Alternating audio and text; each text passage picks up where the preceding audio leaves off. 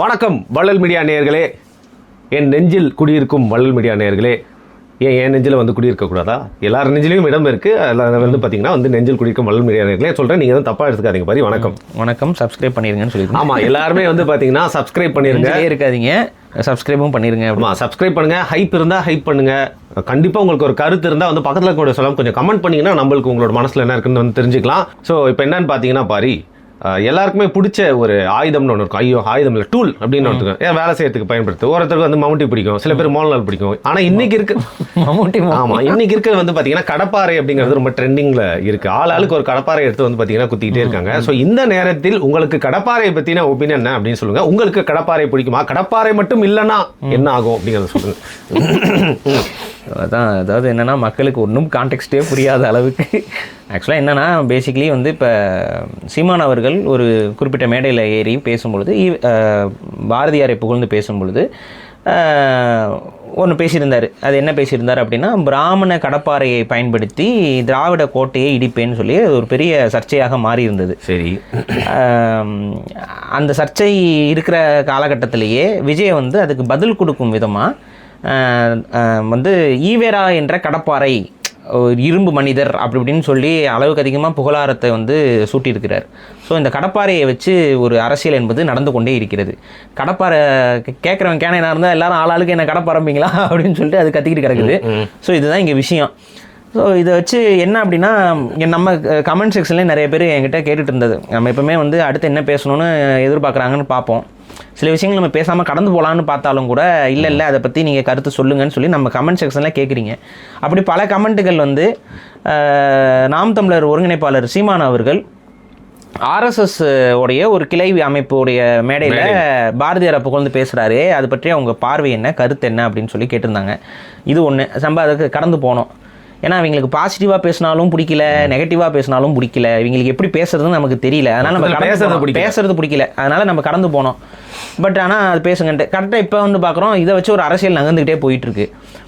இவர் ஒருத்தர் கடப்பாறை இந்த ஒரு கடப்பாறை எடுத்து அதை கோட்டை உடைப்பேன்னாரு. இப்போ இவர் என்ன சொல்கிறாரு, இந்த கடப்பாறை எடுத்து நான் அதை உடைப்பேன் இதை உடைப்பேன் இவங்க பேசுகிறாங்க. ஸோ ஆக மொத்தம் கடப்பாறையை வந்து அதிகமாக மிஸ்யூஸ் பண்ணுறதுனால புரியுது. ஸோ நம்ம அந்த கடப்பாறைக்கு ஆதரவாக நம்ம பேச வேண்டிய கட்டாயத்துக்கு தள்ளப்பட்டிருக்கிறோம். இப்போ இங்கே கடப்பாறை அப்படின்னு சொல்லி இவங்க சொல்கிற இதில் முதல்ல வந்து சீமான் அவர்கள் பேசிய கான்டெக்ஸ்ட்லேருந்து ஃபஸ்ட்டு இப்போ பார்த்துருவோம். இங்கே பலரும் வந்து வைக்கிறது என்னென்னா, என்ன நடந்துச்சுன்னு சொல்லிடுறேன். ஆர்எஸ்எஸ் உடைய ஒரு கிளை அமைப்பு அவங்க என்ன பண்ணுறாங்கன்னு பார்த்தீங்கன்னா, பாரதியோட பிறந்த நாளுக்கு ஒரு விழா எடுக்கிறாங்க. அங்கே வந்து பாரதியாருடைய பேரன் கொள்ளு பேரன் வந்து கலந்துக்கிறாரு. அவர் ஒரு கவிஞர் தான், அவர் கவிஞர்கள் அடிப்படையில் வந்து கலந்துக்கிறாரு. இவங்கெல்லாம் வந்துட்டு பாரதியை பற்றி புகழ்ந்து பேசுகிறாங்க. அதில் வந்து சீமான் அவர்கள் அழைக்கப்படுறாரு. சீமான் அவர்கள் சொந்த கட்சியோட மேடை போடலை, இது வேற ஒரு மேடைக்கு இவர் அழைக்கப்படுறாரு. இவர் போய் பார்ட்டிசிபேட் பண்ணுறாரு. அங்கே வந்துட்டு பாரதியை பற்றி நிறைய நல்ல கருத்துக்கள், நிறைய உயர்ந்த கருத்துக்களை அவர் தொடர்ச்சியாக பதிவு பண்ணுறாரு. அதில் நமக்கு ஏற்புடையதும் இருக்குது, மாற்று கருத்தும் இருக்குது. நான் அதையும் இந்த இதில் சொல்லிடுறேன். அதில் பதிவு பண்ணுறாரு. பதிவு பண்ணும் பொழுது ஒரு விஷயத்தை வந்து சொல்கிறாரு. முதல் அப்ஜெக்ஷன் நமக்கு எங்கேருந்து வருதுன்னா, இப்போ ஒரு விஷயம் புரிஞ்சுக்கோங்க. பாரதி போற்றுதலுக்கு உரியவரா? ஆமாம், பாரதி போற்றுதலுக்கு உரியவர். பாரதி தமிழரா அப்படிங்கிற ஒரு கேள்வி வருது. பாரதி பச்சை தமிழன் தான். எப்படி அப்படின்னா, அவர் தமிழ் பார்ப்பனர். அப்போ தமிழ் பார்ப்பனராக இருக்கக்கூடிய பாரதி வந்து பச்சை தமிழர் தான். அதில் எங்களுக்கு மாற்று கருத்து கிடையாது. அவருடைய தாய்மொழி தமிழ் தான். ரெண்டாவது, பார்ப்பனர்கள் பிராமணர்களா? இதுக்கு நம்ம முன்னாடியே முழுமையான விளக்கத்தை கொடுத்துருக்கோம். பார்ப்பனர்கள் என்று தான் தங்களை அழைத்து கொள்ள வேண்டும்ங்கிறதும் நம்மளுடைய இயக்கத்துறை நிலைப்பாடு. இது என்னன்னா, பிராமணர் அப்படிங்கிறது வந்து வர்ணாசிரமத்தின் அடிப்படையில் வரக்கூடிய பெயர். பார்ப்பனருங்கிறது வந்து குடியின் அடிப்படையில் வரக்கூடிய பெயர். குடிப்பெயரில் ஏற்றத்தாழ்வு கிடையாது, ஆனால் வர்ணாசிரம பெயரில் ஏற்றத்தாழ்வு உண்டு. ஸோ ஒருத்தர் வந்து நான் ஒரு பிராமின் அப்படின்னு ஒருத்தர் சொல்லிக்கிறார் அப்படின்னா அங்கே ஏற்றத்தாழ்வு வந்துடும். ஒருத்தர் பார்ப்பனர் அப்படின்னு சொல்கிறோன்னா அங்கே ஏற்றத்தாழ்வு கிடையாது. பார்ப்பனருங்கிறது அவங்களுடைய தொழிலை குறித்தது.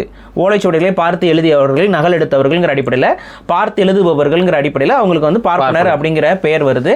அவங்க வந்து அதில் வந்து எந்த ஒரு ஏற்றத்தாழ்வும் இல்லை. ஆனால் பிராமணர் அப்படிங்கும் பொழுது, பிராமணன் அப்படிங்கிறதுக்கான மீனிங்கே வந்து அவங்க என்ன சொல்கிறாங்க அப்படின்னு பார்த்தீங்கன்னா, பிரம்மனுடைய தலையிலிருந்து பிறந்தவர்கள்ங்கிறனால அவங்கள பிராமணருங்கிறோம். வர்ணாசிரமத்தில் அவங்க தான் முதன்மை அப்படிங்கிறதுலாம் அவங்க எழுதி வச்சிருக்க வரலாறு. இது முழுக்க வர்ணாசிரம கோட்பாடு. இதை நம்ம முழுமையாக எதிர்க்கிறோம். ஏன்னா ஒருத்தர் தன்னை பிராமணன் சொல்லிக்கிறான்னா அவருடைய சொல்றது மூலமாவே தெரிஞ்சோ தெரியாமலோ அவர் வந்து பிறப்பால் தன்னை உயர்ந்தவர்னு சொல்லி உட்கார்ற மாதிரி ஒரு உட்கார்ந்துக்கிறாரு. ஸோ இது வந்து நம்ம வந்து ஏற்கலை. அப்போ பார்ப்பனர் என்ற பதத்தில் நம்ம ஏற்கலாம். பார்ப்பனர்களாக இருப்பவர்கள், அதுவும் தமிழை தாய்மொழியாக கொண்ட பார்ப்பனர்கள், சைவ மற்றும் வைணவ பார்ப்பனர்கள் தமிழர்கள். இதில் எனக்கு மாற்று கருத்து கிடையாது. அந்த அடிப்படையில் பாரதி வந்து ஒரு தமிழ் பார்ப்பன சமூகத்தில் பிறந்தவர், அவர் தமிழர் தான். சரி, பாரதியை போற்றணுமா, இல்லை அவர் போற்றுதலுக்குரியவரா அப்படின்னு பார்த்தா ஆமாம், அவர் வந்து ஒரு நல்ல தமிழ் கவிஞர்.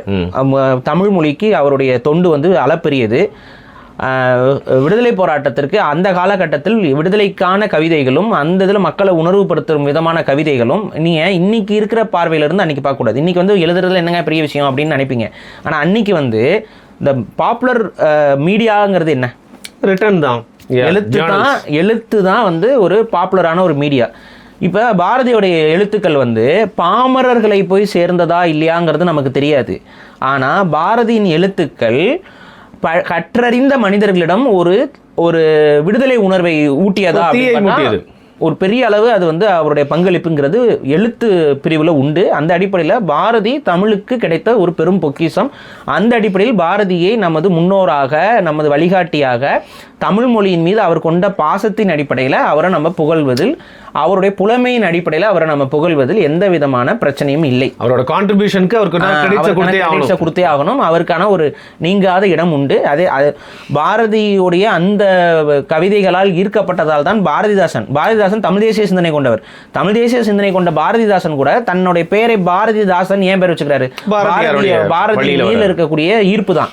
அப்போ பாரதி வந்து தமிழ் தேசிய உணர்வுகளை கொண்டவர்களையும் ஈர்க்கக்கூடிய ஆற்றல் படைத்தவருங்கிறதுல நமக்கு மாற்று கருத்து கிடையாது. அந்த அடிப்படையில் பாரதியை நாம் போற்றுவோம், புகழுவோம், புகழாரம் சூட்டுவோம், இதெல்லாம் வந்து நம்ம பாடுறோம். ஆனால் பாரதி தமிழ் தேசிய வழிகாட்டியா இல்லை, இந்த இடத்துல நம்ம ஸ்ட்ராங்காக மறுக்கணும். ஒரு சில விமர்சனங்களும் இருக்குன்றீங்க அவருடைய பார்வையில். பாரதி வந்து தமிழ் தேசிய சிந்தனை கொண்டவர் அல்ல, வேற எந்த சிந்தனை கொண்டவர்? அவர் வந்து இந்திய தேசிய சிந்தனை கொண்டவர். இந்திய தேசிய சிந்தனையா இல்லை ஒரு மாதிரி அப்போ இந்த ஆர்எஸ்எஸ் அந்த மாதிரி? ஆர்எஸ்எஸ் வேற என்ன சிந்தனை? ஓ, அது இல்லை காங்கிரஸ், இந்த தேசியம் காங்கிரஸ்ல வந்து ஆர்எஸ்எஸ் சிந்தனை இல்லையா? எல்லாம் கலந்துருக்கு. ஆரிய இந்திய சிந்தனை, இந்திய தேசிய சிந்தனைங்கிறது நீங்க ஆரியத்தை மறுத்த இந்திய தேசிய சிந்தனைன்னு ஒன்று இல்லை. சரி, ஆரியத்தை ஏற்றுக்கொண்டாதான் இந்திய தேசிய சிந்தனையே. அந்த இடத்துல காங்கிரஸும் ஆர்எஸ்எஸும் ஒரே தட்டில் தான் இருக்கும். இவங்க என்ன ஆன்மீகத்துக்கு ஒரு படி முக்கியத்துவம் கொடுப்பாங்க, அவங்க ஆன்மீகத்துக்கு அந்த அளவுக்கு முக்கியத்துவம் கொடுக்க மாட்டாங்க. இவ்வளோதான் விஷயமே ஒழிய இவங்க வந்து கல்ச்சரு இது எல்லாத்தையும் சேர்த்துக்குவாங்க, மதத்தை சேர்த்துக்குவாங்க. காங்கிரஸ் வந்து மதத்தை சேர்த்துக்காது, அவ்வளோதான். மற்றபடி இவங்க என்னென்ன சொல்கிறாங்களோ அதே தான் அவங்களும் சொல்லுவாங்க. சான்ஸ்கிரிட், ஹிந்தி எல்லாமே அவங்களுக்கும் அதெல்லாம் உடன்பாடு தான், எல்லாமே அதை ஏற்றுக்கிறவங்க தான். இப்போ இங்கே வந்து என்னென்னு பார்த்தீங்கன்னா, பாரதி வந்து இந்திய தேசிய கொள்கையை கொண்டவர் தான்.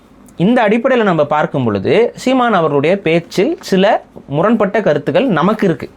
அது முரண்பட்ட கருத்துக்கள் இருக்கா இல்லையாங்கிறத காலம் முடிவு செய்யட்டும். ஆனால் எனக்கு அவரிடம் சில அந்த முரண்பட்ட கருத்துக்கள் அந்த பேச்சில் உண்டு. அதில் மிக முக்கியமான முரண்பட்ட கருத்துக்கள் என்னென்னா, வந்து மாநிலத்தாயை போற்றுவோம் அப்படின்னு பாரதி பாடுறாரு அப்படின்னு சொல்லி நீங்கள் எடுத்து சொல்கிறீங்க. அந்த மாநிலத்தாய்ங்கிறது தமிழ்நாடுங்கிறதோ இல்லை தமிழ் மாநிலங்கிற கான்டெக்ஸ்டில் பாரதி பாடியிருக்காரா? ஆனால் அந்த கான்டெக்ஸ்டில் சீமான் அவர்கள் மேடையில் பேசுகிறார். சரி, ஆனால் பாரதி அந்த கான்டெக்ஸ்டில் பாடலை. பாரதி பாடினது என்ன அப்படின்னு பார்த்தீங்கன்னா, அங்கே மாநிலம் இங்கே முதல்ல மாநிலம்னா என்னன்னு தெரிஞ்சுக்கணும். மாநிலம்னா அதுக்கு ஆக்சுவலாக என்ன பேர் அப்படின்னா பெரிய நிலப்பரப்புன்னு அர்த்தம், அவ்வளோதான். மாநிலம் மானா பெரிய, நிலம்னா நிலப்பரப்பு, பெரிய நிலப்பரப்பு அப்படிங்கிற அடிப்படையில் தான் அது இருக்குது. இப்போ இதுக்கு ஸ்டேட்டுக்கான பேராக வருவது, இந்த நிலங்களை பிரிக்கும் பொழுது தமிழில் ஸ்டேட் அப்படிங்கிறதுக்கு என்ன பேர் வைக்கலாம்ங்கிறது மாநிலம்னு பேர் வைப்போம். இது இந்திய நாடுன்னு இருக்குது. இப்போ தமிழ்நாடுன்னு மாநிலத்துக்கு பேர் தமிழ்நாடுன்னு இருக்குது. ஆனால் இப்போ நம்ம நாடுனே பிரிக்கிறதா இதை, அது செட் ஆகுமா தெரியல. சரி, அப்போ மாநிலம்னு ஒரு வார்த்தை இருக்குல்ல தமிழில், அந்த மாநிலம்ங்கிற வார்த்தையை இந்த ஸ்டேட்டுக்கான ஒரு கான்டெக்ஸ்டில் நம்ம பயன்படுத்திக்கலாம்னு சொல்லி நம்ம ஆட்களை அது அப்படி மாநிலம் அப்படின்னா ஸ்டேட் அப்படிங்கிற கான்செப்டில் கொண்டு வராங்க. இந்த ஸ்டேட்டுங்கிற கான்செப்ட்டுக்குமே இந்தியாவுக்குள்ளே இருக்கக்கூடிய சிஸ்டமில் ஸ்டேட் ஒரு பேர் இருக்கும். இப்போ அமெரிக்காவில் இருக்கிறதுலேயும் ஸ்டேட் வந்து வேறு பேர். இப்போ அவன் ஒட்டுமொத்த யூஎஸ்ஏ என்ன சொல்லுவான், ஸ்டேட் அப்படிமா, ஸ்டேட்ஸ் அப்படிமா. அப்போ உடனே என்ன பொருள்? அப்போ இங்கே மாநிலங்கிறதுக்கு பொருள் மாறும். ஆனால் பாரதிய பாடிய காலகட்டத்தில் மாநிலம் என்பதற்கு மெட்ராஸ் பிரசிடென்சி என்றோ தமிழ்நாடு என்றோ பொருள் படலை. மாறாக மாநில தாயை போற்றுதல்ங்கிறது, வணங்குதல் என்பது அவர் பாரத தாயை தான் சொல்கிறார். இந்தியா பாரத தாயை தான் சொல்கிறார். பாரத மாதாவை பற்றி அவர் நிறைய புகழ்ந்து பாடல்களே பதிவு பண்ணியிருக்காரு.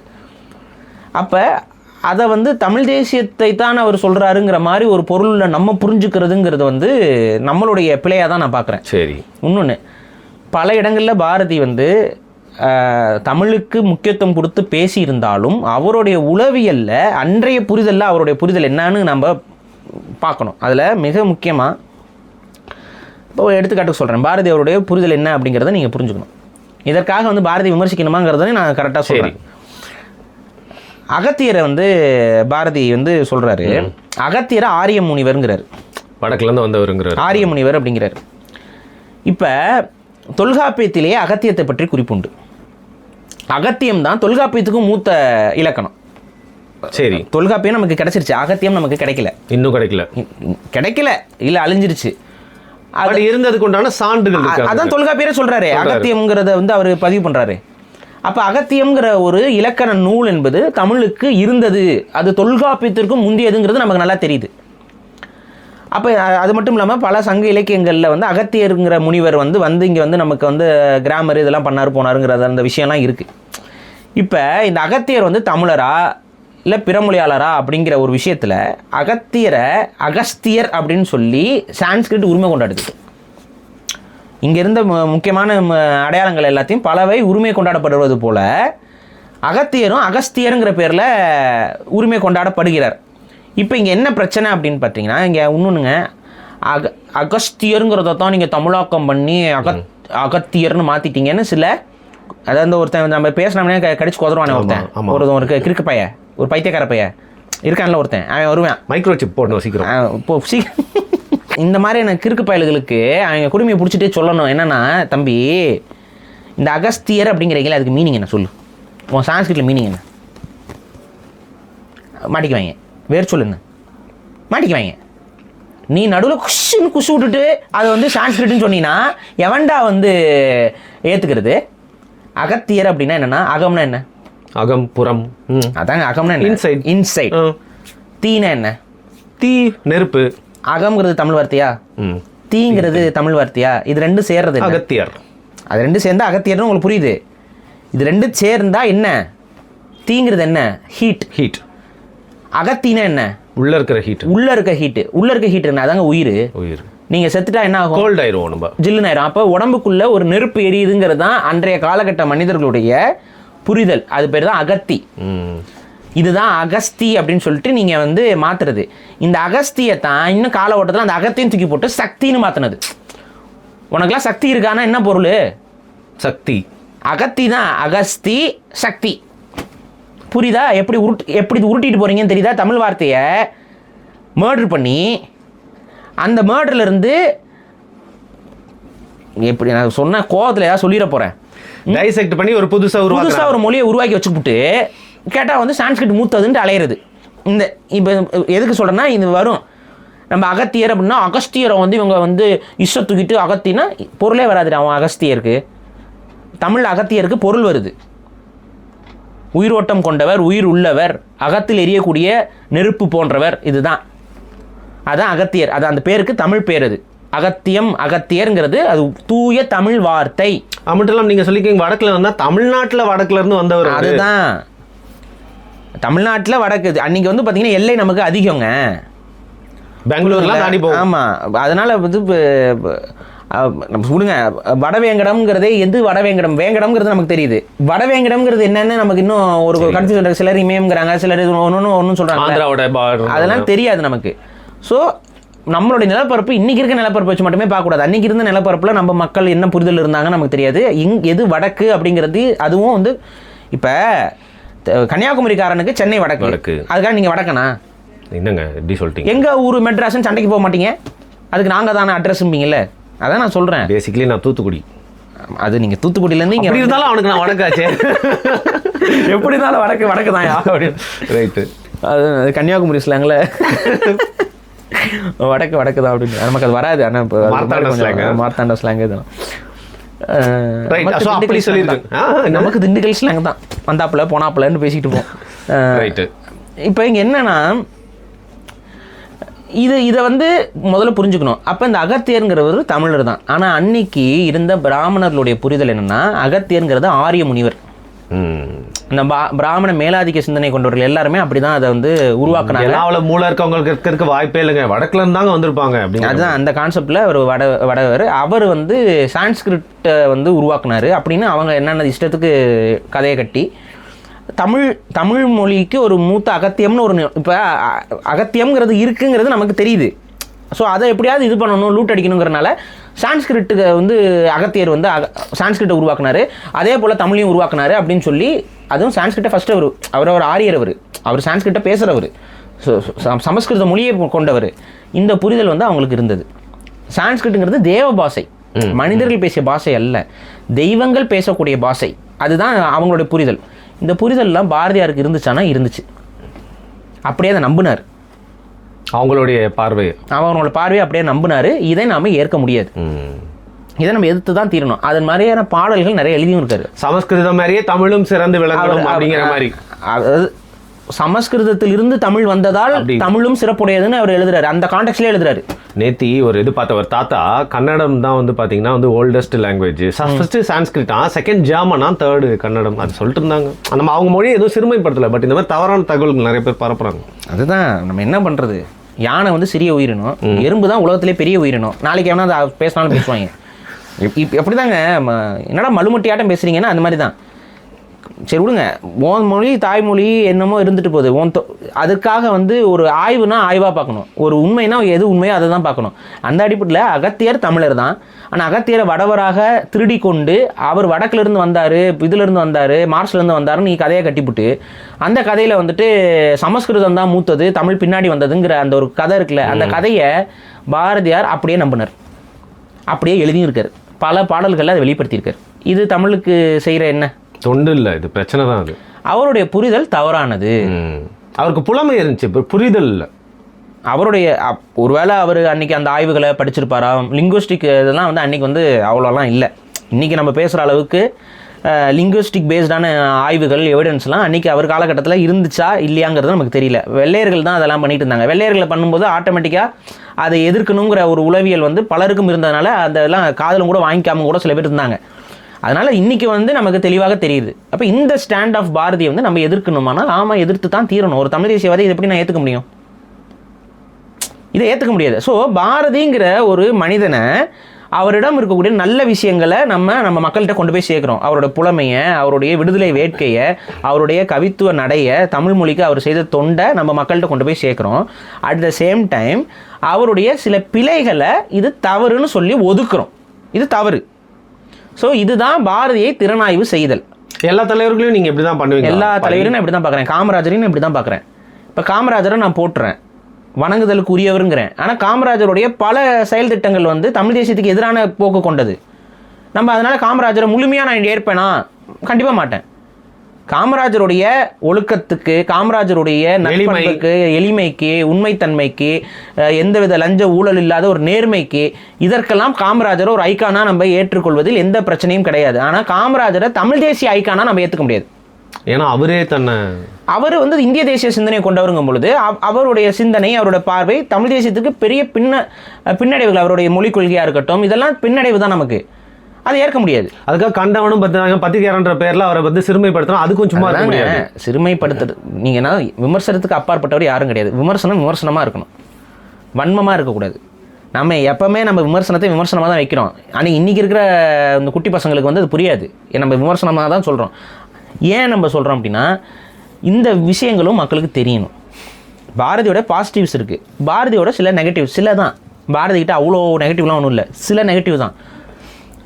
அந்த சில நெகட்டிவ்ஸை வந்து நம்ம இந்த இடத்துல பாரதியை நாம் ஏற்க முடியாது. அந்த இடத்துல வரும் பொழுது நம்மளுடைய கொள்கை கோட்பாட்டுக்கு பாரதி உடன்பட்டவரானா இல்லை, வழிகாட்டியானா இல்லை. அப்போ இந்த இடத்துல வந்து நம்மளை எப்படியாவது பாரதியை வந்து தமிழ் தேசியத்துக்கான ஒரு ஐக்கானா கொண்டு வந்துடணுங்கிறதுக்காக அவர் பாரத தாயை போட்டுறதெல்லாம் மாநில தாயை வணங்குதல்னா உடனே வந்து அது தமிழ் தாயைத்தான் சொல்லுதுன்னா நம்ம சொல்லிக்கிட்டுன்னா அது பேர் சப்பக்கட்டுதல்.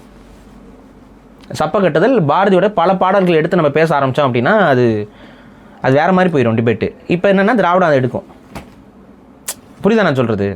ஏற்கனவே அவரை பற்றி வந்து ரொம்ப அசிங்கமாக கொச்சையாக நிறைய விஷயம்லாம் சொல்லி நிறைய பேர் பேசுகிறாங்க. இங்கே பாருங்க, நான் தான் சிம்பிளாக சொல்கிறேன். பாரதியை வந்து இழிவுபடுத்துகிற இடத்துக்கு நீங்கள் பாரதியை கொண்டு போகணுங்கிறதும் அயோக்கியத்தனம். அதை தான் திராவிடம் பண்ணும். பார்ப்பனராக பிறந்து விட்டார், அதனால் பாரதியை போயிட்டு அடிக்க வேண்டும், இதுதான் அவங்களோட புத்தி. நம்ம பார்ப்பனராக பிறந்த பாரதியோடைய நல்ல விஷயங்களையும் எடுத்துக்கிறோம், அதே பார்ப்பனராக பிறந்த பாரதியோடைய உளவியல் சார்ந்த சில தவறான புரிதல்களையும் நம்ம சுட்டி காட்டுறோம். எதற்குனா பாரதி அடிக்கிறதுக்கு கிடையாது, இந்த தவறுகளை களைய வேண்டும்ங்கிறதுக்காக. இந்த மாதிரியான புரிதல் வந்து தவறான புரிதல்ங்கிறது தமிழ் சமூகத்துக்கு தெரிய வேண்டும்ங்கிறதுக்காக. பாரதியை விண் உயரத்துக்கு நீங்கள் தூக்கி வைக்கும் பொழுது இதை மறைச்சிங்கன்னு வைங்க, பாரதியை படிக்கிறவனுக்கு என்ன உளவியல் வரும்? எல்லாமே போய் போல இருக்கு, யுனெஸ்கோ அவார்டு வந்து வாங்கினாங்க போல அப்படிங்கிற மாதிரி தோணுங்க. ஸோ அதனால வந்து அந்த விமர்சனத்தை நாகரிகமான விமர்சனமாக இந்த இடத்துல நான் பாரதியை ஏற்கலை அவ்வளோதான். ஸோ இந்த மாதிரி சில இடங்களில் வந்து பாரதி வந்து சமஸ்கிருதத்திற்கான முன்னுரிமையை வந்து அவருடைய மத சிந்தனை நம்பிக்கையிலிருந்து அவர் பேசியிருக்காரு. ஏன்னா அன்றைக்கி வந்து பார்த்திங்கன்னா சான்ஸ்கிரிட்டுங்கிறது இன்றைக்குமே நான் சொல்கிறேங்க, தமிழர்கள் தமிழ் மொழியில் உனக்கு வழிபட வேண்டுமா சான்ஸ்கிரிட்டில் வழிபட வேண்டுமான்னு நீங்கள் சும்மா சாமானியர்கள்ட்ட போய் கேளுங்களேன், இன்னும் புரிதல் இல்லை இருக்கு சொல்கிறதுக்கு. சமஸ்கிருதம் இன்னும் புரிதல் இல்லை. இப்போ இவனுக்கு என்ன தெரிஞ்சுட்டு பேசுகிறானா? இவன்கிட்ட நம்ம என்ன சொல்கிறோம்? ஓ இவெல்லாம் ஆரி அடிமை அப்படின்றோமா நம்ம? இல்லை, இன்ஃபீரியாரிட்டி காம்ப்ளெக்ஸ் தவறான புரிதல். இன்ஃபீரியாரிட்டி காம்ப்ளெக்ஸ் கூட ரெண்டாவது விஷயம் தான், தவறான புரிதல். அவனுக்கு வரலாறு தெரியாது, இப்படி தான் நம்ம பார்க்க முடியும். வரலாறு அவங்களுக்கு தெரியல, வரலாறை சொல்லிக் கொடுக்கல, நம்ம இந்த வரலாறு பார்க்கப்படலை, பேசப்படலை. அப்போ நம்மளுடைய கடமை என்னென்னா இந்த வரலாறு சொல்லணும். ஆரம்பத்தில் தமிழ் தாயா நமக்கு வழிபாட்டு மொழியாக இருந்தது, வழிபாட்டு மொழியாக இருந்த தமிழில் வெளியாட்கள் வரும்போது தான் சமஸ்கிருதத்தை கொண்டு வந்து திணிக்க ஆரம்பித்தாங்க. அதன் அடிப்படையில் தான் நம்ம வழிபாட்டு மொழியிலேருந்து தமிழ் மொழி ஓரங்கட்டப்பட்டுச்சு. சித்தர் பாடல்கள் இருக்குது, சித்தர்கள் வந்து இறைவனை வழிபட்டவர்களா மறுத்தவர்களா எதிர்த்தவர்களா? சித்தர் பாடல் எது சான்ஸ்கிரிட்டில் இருக்குது? கேள்வியை கேளுங்க. ஆழ்வார்கள் நாயன்மார்கள் இவங்கெல்லாம் எங்கே சான்ஸ்கிரிட்டில் பாடுறாங்க? தமிழ் தானே பாடுறாங்க. முருகன் வந்து தமிழ் பாடுறது கேட்கறதுக்கு தானே வந்திருக்காரு, அவ்வை பிராட்டியோட பாடலை கேட்கறதுக்கு தானே வந்திருக்காரு. இதுவும் உன்னோட புராண கதைகளிலே வருது இல்லை? அப்போ தமிழ் தானே தெய்வத்துக்கு பிடித்த மொழியாக இருந்திருக்கு. ஏன் அது மாறுச்சு? ஏன் அது வந்து ஓரங்கட்டப்பட்டுச்சு? அப்போ இன்றைக்கி கோயில் யாருடைய நிர்வாகத்தில் இருக்குது? அவங்கள உள்ளே கொண்டு வந்து விட்டது யார்? அவங்க கட்டுப்பாட்டுக்குள்ளே அந்த நிர்வாகம் முழுமையாக போகிறதுக்கு காரணமாக இருந்தவர்கள் யார்? இதை நீங்கள் ஆய்வு பண்ணிங்கன்னா அவங்க பிற மொழியாளர்கள், அவங்களுக்கு தமிழ் மொழி வந்து ஆன்மீக தளத்துக்குள்ளே இருக்கிறது அவங்களுக்கு பிடிக்கல. அப்போ அவங்க என்ன பண்ணுறாங்க, தமிழ் மொழியை பாடியவர்கள், பண்டாரர்கள், பறையர்கள் இவங்க எல்லாத்தையும் கொஞ்சம் கொஞ்சமாக வந்து கோயில்களிலிருந்து அப்புறப்படுத்தி விட்டுவிட்டு கோயிலில் நுழையக்கூடாதுன்னு. நீங்கள் நிறைய பேருக்கு புரியுறது இல்லை, ஏன் இவங்கெல்லாம் கோயில்களில் நுழையக்கூடாதுன்னு வந்துச்சு சட்டம்? ஏன்னா வந்தால் பூஜை பண்ணுவாங்க, வந்தால் அவங்க தமிழில் பாடுவாங்க. அப்போ இவங்க உள்ளே வந்து இவங்க தமிழில் வழிபட்டு இருந்தால், அவங்க பழைய முறைப்படி வழிபட்டுக்கிட்டு இருந்தால், இவங்க வந்துக்கிட்டு இருந்தாவே நமக்கு பிரச்சனை, அதனால் இவங்களாம் வரக்கூடாது. இதுதான் நடந்துச்சு. இல்லைன்னா எதுக்கு கோயிலுக்குள்ளே நுழையக்கூடாதுங்கிற ஒரு கான்செப்ட் எங்கேயாவது வருமா? கொஞ்சம் யோசிச்சு பாருங்கள். உலகத்திலேயே கோயிலுக்குள்ளே வந்து உழைக்கும் மக்கள் வரக்கூடாதுங்கிற கான்செப்ட் எந்த மதத்திலேயாவது உலகத்தில் ஏதாவது இருக்கா? இந்த ஊரில் மட்டும் ஏன் இது வருது இப்படி? இல்லை வந்தால் இன்னும் நான் சொல்கிறேங்க, இங்கே நம்ம திராவிடம் வந்து நம்மளை குழப்பின விஷயங்கள்லாம் நிறையாவும் இருக்குது. தமிழ்நாட்டில் மட்டும்தான் இந்த ஆகமம் அது இதுன்னு பிடிச்சிக்கிட்டு தொங்கிட்டு இருக்கானுங்க. இந்தியாவிலேயே இன்னும் பல இடங்களில் அதெல்லாம் அப்படிலாம் இல்லை. என்ன பண்ணுவாங்க? இப்போ நம்ம ஊர் கோயிலில் நம்மளை கருவறைக்குள்ள விடுவாங்களா? உங்களா என்ன விடுவாங்களா? விட மாட்டாங்க. இதை எவ்வளோ ஸ்ட்ரிக்டாக இங்கே ஃபாலோ பண்ணுறாங்க. நார்த்தில் இது இருக்குன்னு நீங்கள் நம்புறீங்களா? நீங்கள் சொன்னீங்க கிட்ட வரைக்கும் போய் பார்த்துட்டு இருந்திருக்கீங்க அப்படின்னு. இது வந்து உண்மையிலே நான் சொல்கிறேன், இங்கே வந்து வரலாறு நம்மிடம் சொல்லப்பட்ட வரலாறு உண்மை அல்ல. இது வந்து இங்கே வந்து பார்த்திங்கன்னா இந்த நம்மளுடைய ஆன்மீக தலங்களை வந்து விஜயநகர பேரரசு காலகட்டத்தில் தான் இந்த ஒரு கொடூரமான இந்த முட்டாள்தனமான விஷயங்கள்லாம் இங்கே நடைமுறைப்படுத்தப்பட்டிருக்கு. இது வடக்குலேயே இல்லை இந்த நடைமுறையெல்லாம். நீங்கள் சொல்கிற ஆரியர்கள் வடக்குலேருந்து வந்தாங்கன்னா அப்போ அங்கே தானே ஓவர் டாமினேட் ஆகிருக்கணும். இந்த ஆந்திரா கர்நாடகாவை தாண்டி மேலே போக போக மகாராஷ்டிராவை தாண்டிட்டிங்கன்னா நடைமுறையே வேறு. ஃப்ரீ ஸ்டைலாக இருக்குது. அந்த ஓப்பனாக சொன்னால் இந்த காஸ்டிசம் டு த பீக் வந்து சவுத்தில் தான் அதிகரிச்சிருக்கு. அதுக்கப்புறம் அது தமிழ்நாட்டில் வந்து திணிக்கப்பட்டுச்சு. இங்கே சவுத்துலனா இங்கே விஜயநகர பேரரசுடைய ஆளும் வர்க்கத்தில் அது அந்த இடத்துல அது ஸ்ட்ராங் ஆகி இவங்க எங்கெங்கெல்லாம் போய் ஆண்டாங்களோ அங்கெல்லாம் வந்து இதை பரப்பி விட்டாங்க. இதான் நடந்திருக்கு. இதை பேசுறதுக்கு அவனுக்கும் துப்பு கிடையாது.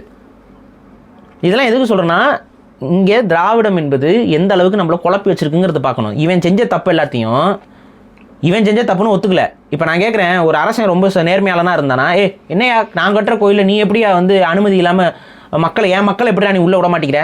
வந்திருக்கணும்ல. இப்போ நீ அதை அந்த அரசர்கள் மேலே எந்த ஒரு குறையுமே ஏன் சொல்ல மாட்டேங்கிறான்? அப்படியே குறை வந்தால் எல்லாரும் மக்களும் வழிபடுறதுக்கு அனுமதிச்சுட்டு இருந்த மூவேந்தர்கள் காலத்தில் போய் குறை சொல்லிட்டு வருவான். சோழர்கள் பார்த்தீங்க, சோழர்கள் காலகட்டத்தில் கல்வெட்டில் எல்லா மக்களும் உள்ளே போயிருக்காங்க, எல்லா மக்களும் சாமி கும்பிட்டுருக்காங்க, எல்லா மக்களும் சாமிக்கு பூஜை செஞ்சுருக்காங்க, கான்ட்ரிபியூட் பண்ணியிருக்காங்க. பிராமணர்களும் உள்ளே இருந்திருக்காங்க, பிராமணர் அல்லாதவர்களும் கோயிலுக்குள்ள வந்து பூஜை பண்ணியிருக்காங்க, பாடியிருக்காங்க, எல்லாம் நடந்திருக்கு. எல்லாத்துக்குமே கல்வெட்டு ஆதாரங்கள் இருக்குது. நீ காட்டு, நீ அது மாதிரி விஜயநகர பேச அப்படி இருந்துச்சுன்னு காட்டு நீ. அப்போ மாற்றினவே இவன், தமிழ்நாட்டு கோயில்கள்லையும் எல்லாத்தையும் மாற்றினவே இவன். ஆனால் இதை வந்து திராவிடம் பேசவே பேசாது. சரி, நம்ம ரொம்ப டாபிக் விட்டு போகிறேன். அது எதுக்கு நான் சொல்கிறேன்னா, பேசிக்காக என்னென்னா இங்கே நிறைய மாறி இருக்குது. அப்போ இந்த புரிதல்லாம் நமக்கே இப்போ தானே ஒன்றுனா ஆய்வு பண்ணும்போது, நம்ம ஒரு இடத்துக்கு போகும்போதும் வரும்போதும் என்னென்ன இங்கே மாற்றம் நடந்திருக்கு, என்னென்ன தவறு நடந்திருக்குங்கிறத நம்ம ஆய்வு பண்ணி எடுக்கிறோம்.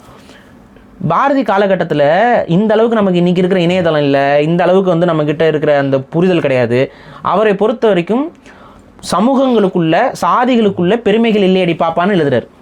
சாதி பெருமைகள் இல்லையடி பாப்பா, இதான் அவர் எழுதினார். அதுக்கப்புறம் அந்த பெருமையை மட்டும் தூக்கிட்டு சாதிகள் இல்லையடி பாப்பான்னு நம்ம ஒரு கலோக்கியெல்லாம் பேச ஆரம்பிச்சிடும். சாதி பெருமைகள் இல்லையடி பாப்பா, குல உயர்வு தாழ்ச்சி சொல்லல் பாவம் அப்படிங்கிறது அவருடைய பாடலாக இருக்குது. அப்போ சாதிக்கு பெருமை இல்லை, குலத்தை வச்சு இவன் உயர்ந்தவன் தாழ்ந்தவன் சொல்கிறது பாவம் அப்படிங்கிறார். இதில் நீங்கள் தான் மாற்று கருத்து இல்லை? இந்த லைனில் எனக்கு மாற்று கருத்து இல்லை. இதில் இவங்க சாதிகள் இல்லையடி பாப்பான்னு அவர் சொல்ல, சாதி பெருமை இல்லடி பாப்பான்னு தான் சொன்னார். சரி, சாதிகள் இல்லையடி பாப்பான்னு சொன்னால் நீ ஏற்றுக்குவே? நீ அது எப்படி ஏற்றுக்க முடியும்? நீ எப்படி ஏற்றுக்குவே? நீ அப்படி இடஒதுக்கீடு எப்படா கொடுப்ப? பைத்தியக்காரா, திராவிட பைத்தியக்காரன்ட்ட கேட்குறேன், சொல்கிறா பைத்தியக்காரனுங்களா? சாதிகள் இல்லை இடஒதுக்கீடு வேணுமா வேணாமா சொல்லு. நீ இடஒதுக்கீடு எப்படி கொடுப்ப? சாதிகள் இல்லையடி பாப்பான்னு சொல்லுவியா? அங்கே தான் மாட்டிப்பாங்க. அப்புறம் அவர் சொன்னது கரெக்டு தானே, சாதிக்குள்ளே பெருமைகள் இருக்கக்கூடாது, அதானே உண்மை. நான் இந்த சமூகத்தில் பிறந்துட்டேன், அதனால நான் பெரிய பிடிங்கி நினைக்கக்கூடாது, அதானே? பாரதியாரோட கான்டெக்ட்ல என்ன தவறு இருக்குது? ஒரு குலத்தால் ஒருவன் உயர்வு தாழ்வுன்னு சொல்றது பாவம்ங்கிறாரு. இதில் என்னடா உனக்கு பிரச்சனை? அப்படி இவங்க வந்து மாத்துறாங்க. பாரதியாருக்கு அவர் ரொம்ப வேண்டப்பட்டவர். பாரதி கிட்ட இருந்து அவர் இன்ஸ்பயர் ஆகி தான் தன்னோட பேரே பாரதிதாசன் வச்சுக்கிட்டார். உடனே பாரதிதாசனே அன்று பாரதிக்கு எதிராக பாடியிருக்கிறார் தெரியுமா? பாரதி என்ன சொல்கிறார்னு பார்த்தீங்கன்னா, காலை இது யாரு நம்ம குளத்தூர்மணி பேசுகிறாரு. குளத்தூர்மணி என்ன சொல்கிறாரு, பாரதியார் வந்து காலை எழுந்ததுடன் படிப்பு அப்படின்னு ஒரு பாடல், அந்த பாட்டை எடுத்து காலையில் எழுந்திரிச்சுனே படிக்கணும், அதுக்கப்புறம் கனிவு ஊட்டும் நல்ல பாடல்னு என்னமோ வரும், அந்த நல்ல பாடல்களை பாடணும், அதுக்கப்புறம் சாயந்தரம் ஃபுல்லாக விளையாடணும்னு பாடினார். அதுக்கு மறுப்பு தெரிவித்து பாரதிதாசன் வந்து தமிழ் இலக்கணம் படி, இலக்கியம் படி, சங்க இலக்கியம் போற்றி படிலாம் அவர் பாடியிருக்காரு அப்படின்னு சொல்லி பாரதியை எதிர்த்து இவர் பாடினாருன்னு ஒரு பொய்யான ஒரு கான்டெக்ஸ்ட்.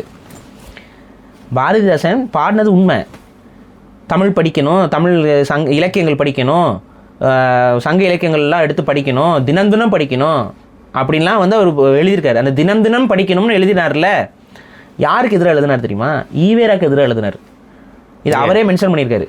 என்னன்னா, அன்றைய காலகட்டத்தில் ஈவேரா என்ன சொல்றாரு பாருங்க. இப்போ ஒரு பாடல் எழுதுறாரு, அந்த பாடல் எந்த நேரத்தில் நடக்குதுன்னு பார்க்கணும்ல. ஈவேரா என்ன சொல்றாரு, இது இந்த தமிழ்லாம் போய் படிச்சுக்கிட்டு இருக்கியே, இந்த குப்பையெல்லாம் தூக்கி தூர வீசு, இதில் என்ன இருக்குது, தமிழில் என்ன இருக்குது, சங்க இலக்கியம்ங்கிறான், என்ன இருக்குது அப்படின்னு இந்த ஆள் பேசி வச்சிருந்தாப்புல. இந்த ஆள் இப்படி பேசுனதுனால அதுக்கு மறுப்பு தெரிவித்து எழுதின பாடல் அது. யாருக்கு மறுப்பு தெரிவிச்சு? ஈவேராவுக்கு மறுப்பு தெரிவித்து எழுதின பாடல். பாரதிதாசனோட கவிதை தொகுப்புலேயே ஈவேராவுடைய அந்த நிலைப்பாட்டுக்கு அவர் மறுப்பு தெரிவித்து எழுதின பாடல் தான் அந்த பாடல் இருக்கும். ஈவேரா தான் தமிழ் படிக்காத, சங்க இலக்கியம் படிக்காதனாரு, பாரதி சொல்லலை. பாரதி தமிழ் படிக்கதான் சொன்னார். பாரதிக்கு சமஸ்கிருத பற்று இருந்துச்சு. ஏன் அப்படின்னா அவர் சமஸ்கிருத தேவ பாஷை நம்பிக்கிட்டு இருந்தார், அவரோட சுற்றி இருந்தார். அது இங்கே பாருங்க, இப்போ நான் கேட்குறேன், பட்டியல் சமூகத்தில் இருந்த குழந்தைகளை பாரதியார் அக்ரஹாரத்துக்குள்ளே கூட்டிகிட்டு போனார். அவருடைய சக உறவுக்காரங்க, மாமே மச்சான் அப்படி தான் இருப்பாங்க அந்த அக்ரஹாரத்தில், எல்லாம் பக்கத்து வீட்டுக்காரங்க கூட்டிகிட்டு போகிறாரு. இவங்கெல்லாம் சண்டை போடுறாங்க, அதையும் மீறி அவர் கூப்பிட்டு போகிறாரு. இது பாரதி பண்ணது.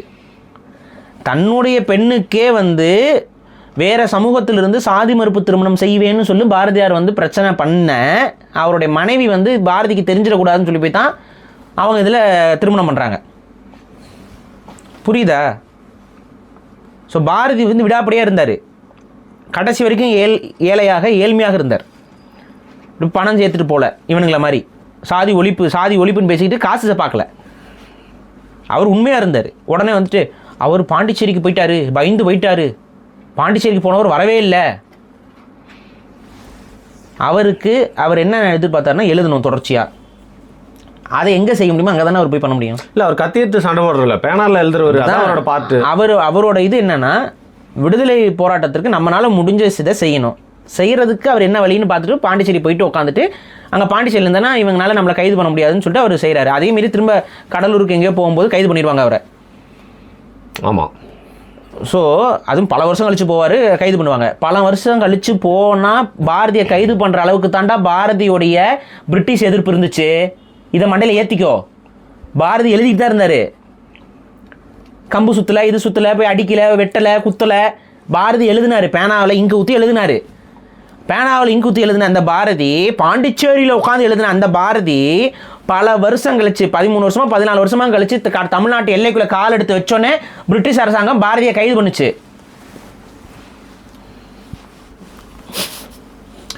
பிரிட்டிஷ்காரன் கால் சுத்தமாக இருக்கும், அவன் காலை நக்குனா பரவாயில்லன்னு பேசுகிற உங்களுக்கெல்லாம் பாரதியை பற்றி தப்பாக பேசுறதுக்கு எந்த தகுதி மயிரும் கிடையாது. என்னெல்லாம் பிரிட்டிஷ்காரன் காலை நக்குறான்னு சொல்கிறானுங்க. ஆமாம், அவன் காலம் சுத்தமாக இருக்குது, நக்கிட்டு போகிறேன், இப்படியா பேசிகிட்டு இருந்தார்.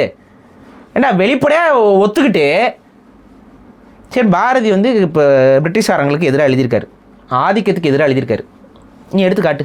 ஈவேரா பிரிட்டிஷ் அரசாங்கத்துக்கு எதிராக எழுதிய பத்திகளை எடுத்து காட்டு, நீ அப்படியே எடுத்து வீசு பார்த்துருவோம். கடைசி வரைக்கும் பிரிட்டிஷ் அரசாங்கத்துக்கு விசுவாசமாக உட்காந்துட்டு இருந்த நபர், அவரை போய் வழிகாட்டி எடுத்துக்கிட்டு உட்காந்துட்டு இருக்க நீங்களாம் பாரதியை குறை சொல்லலாமா? நாங்கள் சொல்லலாம்டா. பாரதி கிட்ட இருக்க குறைகள் நிறைகளை நாங்கள் பேசுவோம். ஆனால் நாங்கள் குறைகளை சொல்லும் பொழுது நிறையும் சேர்த்து சொல்லுவோம்.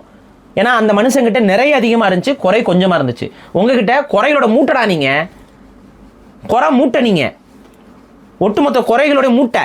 குறைகளுக்கு குறை இல்லை இவங்க கிட்ட. ஆமாம், அந்த மாதிரி நீங்கள் உட்காந்துட்டு நீ வந்து பாரதி விமர்சிக்கிறத நாங்கள் எப்படி பார்த்துக்கிட்டு சும்மா இருக்க முடியும்?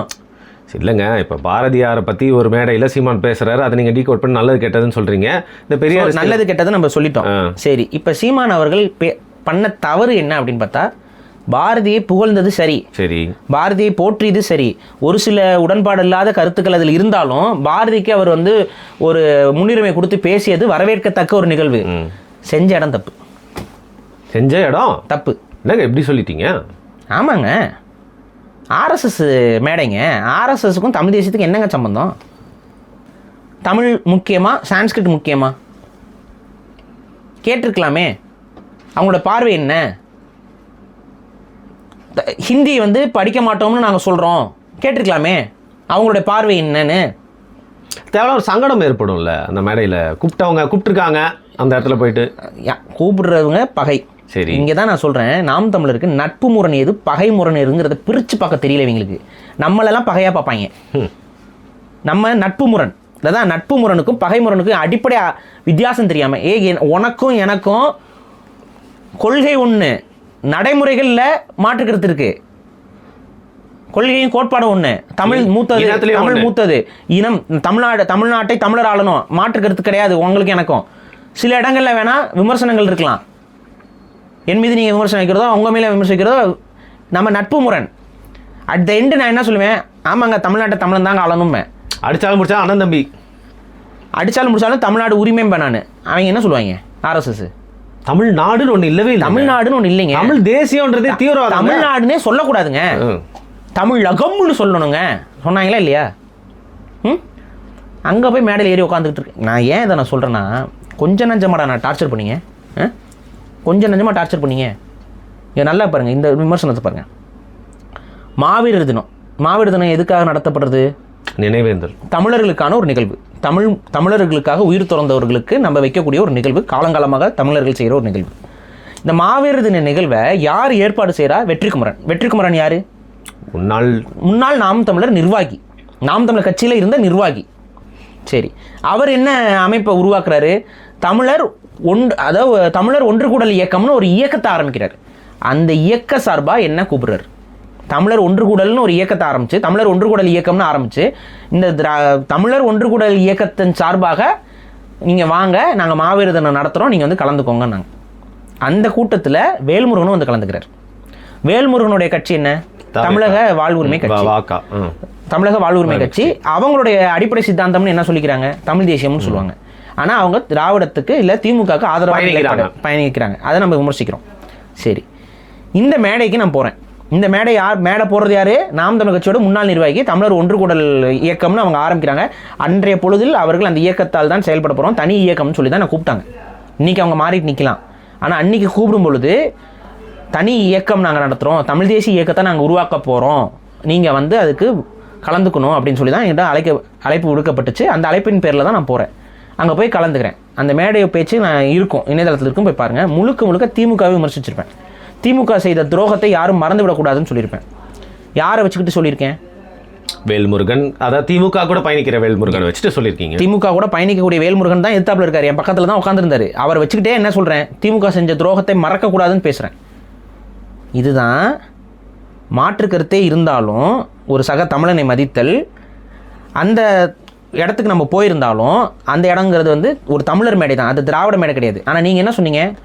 வேல்முருகனுடைய மேடை அது, வேல்முருகன் கலந்து கொண்ட மேடை, வேல்முருகன் மேடை கிடையாது. இப்போ வேல்முருகன் போட்டிருக்காருல மாவீரர் தினத்துக்கு, அவர் நடத்துறாருல, அது நான் போயிருக்கேனா? அப்படி போனால் நீங்கள் சொல்லலாம்.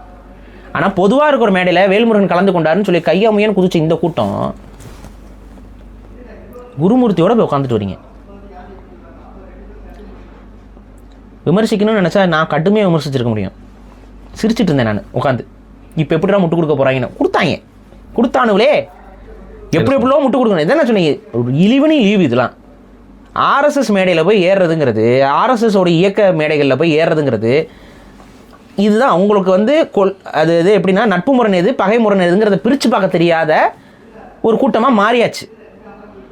இப்போவும் அப்படி தான் கதறுவாங்க, நம்மளை தான் பகையாக பார்ப்பாங்க. குருமூர்த்தி இவங்களுக்கு ஃப்ரெண்டாக தெரிவாங்க. இப்போ குருமூர்த்தி இவங்களுக்கு ஃப்ரெண்டு, பாரிசாலன் இவங்களுக்கு எதிரியாக இருப்பாங்க. இதுதான் இவங்களோட புரிதல்.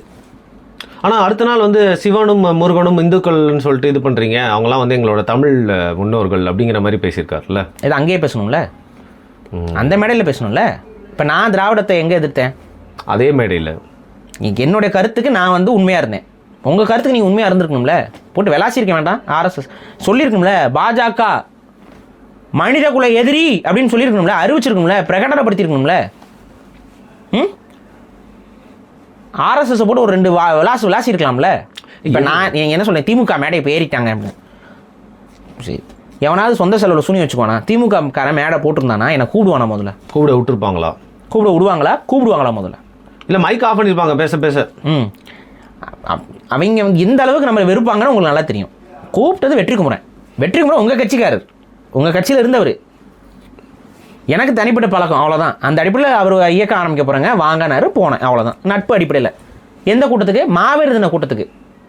அவ்வளோ நெருக்கடி கொடுத்தீங்க. கலந்துக்கிறதுக்கு முன்னாடியே நெருக்கடி. நம்ம வரேன்னு சொல்லிட்டு வரேன் இல்லைன்னு சொல்ல முடியாது. கலந்துக்கிட்டதுக்கு அப்புறமும் வந்துட்டு போட்டு திட்டுனது. இந்த இப்போ திட்ட மாட்டேன், ஏன்னா மூளையை கழட்டி வச்சுட்டு வேலை பார்க்க ஆரம்பிச்சிட்டானுங்க. நமக்கு அதான் எரிச்சல் இருக்குது. எதுக்குடா டபுள் ஸ்டாண்டர்ட்லாம் இருக்கீங்க? இவன் எது செஞ்சாலும் தப்பு, அவர் எது செஞ்சாலும் சரி. இது இந்த உளவியலை. ஸோ அதை இதையும் சொல்லிடுறேன். எதுக்கு நம்ம சொல்ல வேண்டியது இருக்குன்னா, எடுத்து நினைவூட்ட வேண்டியது இருக்குது. சரி, அன்றைக்கி ஒரு ஸ்டாண்ட் எடுத்தீங்களப்பா, அந்த ஸ்டாண்ட் ஏன் இன்றைக்கி எடுக்க மாட்டேங்கிறீங்க? ரொம்ப நேரமாக இன்னொரு கடப்பாறை ஓரத்தில் வச்சுருக்கோம், நல்லா தீர்வுங்க பெருங்க. கடப்பாறைகள் தான் பஞ்சமா. அப்போ என்ன நான் சொல்கிறேன்னா, பாரதியை புகழ்ந்தது சரி, பாரதியை புகழ்ந்த இடம் மிக மிக தவறு. உங்களுக்கு காசுக்கு பஞ்சமா, குறைபாடா, மேடைக்கு பஞ்சமா? உங்களுக்கு தேவைன்னா பாரதிக்கு ஒரு மேடையை போட்டு நீங்கள் பேசியிருக்கலாம்ல. பேசியும் இருக்கீங்க. நீங்கள் வந்து பாரதிக்கு மேடை போடாமலாம் இல்லை, நீங்கள் பாரதியை புகழ்ந்து வேறு மேடைகளில் பேசியிருக்கீங்க. அதே போல் பாரதிக்கு வந்து இது பண்ணும்போது யாரும் வந்து இல்லைப்பா, அது ஆர்எஸ்எஸ் இதாக போகுது, அது வேணாம், நாங்கள் வந்து தனியாகவே பாரதிக்கு ஒரு நிகழ்வு நடத்தலான்னு இருக்கோம்னு சொல்லிட்டு தனியாக கூட நடத்திட்டு போயிருக்கலாம். பாரதிக்குன்னே ஒரு தனி ஈவெண்ட் கூட நீங்கள் நடத்தலாம். அதிலெல்லாம் யாரும் குறை சொல்ல மாட்டாங்க. ஏன்னா பாரதி கிட்ட ஏற்றுக்கொள்கிற விஷயமும் இருக்குது. சின்ன இடத்துல சில குறைபாடுகள் இருக்குது. அந்த சின்ன குறைபாடுகளை நம்ம மக்கள்கிட்ட எடுத்து சொல்லி, அது அவருடைய காலகட்டத்தில் அவருடைய புரிதலின்மையின் காரணமாக அந்த குறைபாடு வந்திருக்கும். ஏன்னா அவருடைய கொள்கையில் அவர் மாறி இருக்காரு. சமத்துவம் தான் பேசியிருக்காரு. ஆனால் சில நடைமுறை பழக்க வழக்கங்கள்ங்கிறதுல வந்து ஒரு சில சறுக்கல்கள் இருக்குது அவருக்கு. அந்த சறுக்கல்கள் நம்ம விமர்சனத்துக்கு உட்பட்டது. அது யாரும் விமர்சிக்கலாம், திராவிடர்கள் கூட வந்து விமர்சிக்கலாம். ஆனால் அந்த சறுக்கல்களை விமர்சிக்கும் போது உன்னுடைய சறுக்கல்களையும் சேர்ந்து நீ பார்த்துக்கணும். திராவிடர்களுக்கு சொல்கிறேன், புரியுது? பாரதியை விமர்சிக்கும் பொழுது நம்ம என்னென்ன பண்ணிட்டு இருந்தோம், பாரதி பாண்டிச்சேரிக்கு ஓடி போயிட்டாரு அப்படின்னு சொல்லும் பொழுது தமிழ்நாட்டில் இருந்துக்கிட்டு காலில் விழுந்து கிடந்தவங்களை பற்றி பேசணும். நம்மளால தமிழ்நாட்டில் காலில் விழுந்து கிடந்தானே, வெள்ளைக்காரன் ஆட்சியே போதும் நானே. ஒரு படி மேலே போய் பிரிட்டிஷ் ராணிக்கு லெட்டர் எழுதுறாங்க, நீங்களே ஆட்சி செய்யுங்க அம்மா அப்படிங்கிறாங்க, உங்கள் ஆட்சியே தொடர வேண்டும் அம்மா. வெக்க கேடுறா இதெல்லாம், வெக்க கேடுறா, நீங்களாம் பேசலாமாடா நீங்கள் முதல்ல. ஸோ அதையும் நம்ம சொல்லிடுறோம். சரி, அந்த வெக்க கிடைக்கே நம்ம வரோம்.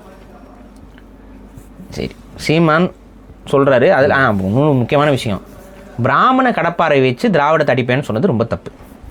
பிராமண கடப்பாறையை செஞ்சு கொடுத்ததே திராவிடம் தான். பிராமணர்களை கடப்பாறையாக மாற்றினதே திராவிடம் தான். இதுக்கு தான் நான் சொல்கிறேன், திராவிடர்களுடைய ஆட்சியில், விஜயநகர பேரரசு ஆட்சியில் தான் பிராமண கடப்பாறையே உருவாகுது. அதுக்கு முன்னாடி அது கடப்பாறையே கிடையாது, அப்படி ஒரு கடப்பாறையே இல்லை. அப்போ அந்த பிராமண கடப்பாறை என்றைக்குமே தமிழ் தேசிய கோட்டையை தான் உடைக்குமே ஒழிய திராவிட கோட்டையை உடைக்காது. அதுக்கு சிறந்த உதாரணம், திராவிட கோட்டைக்கு வியூகங்கள் வகுத்து கொடுக்கும்.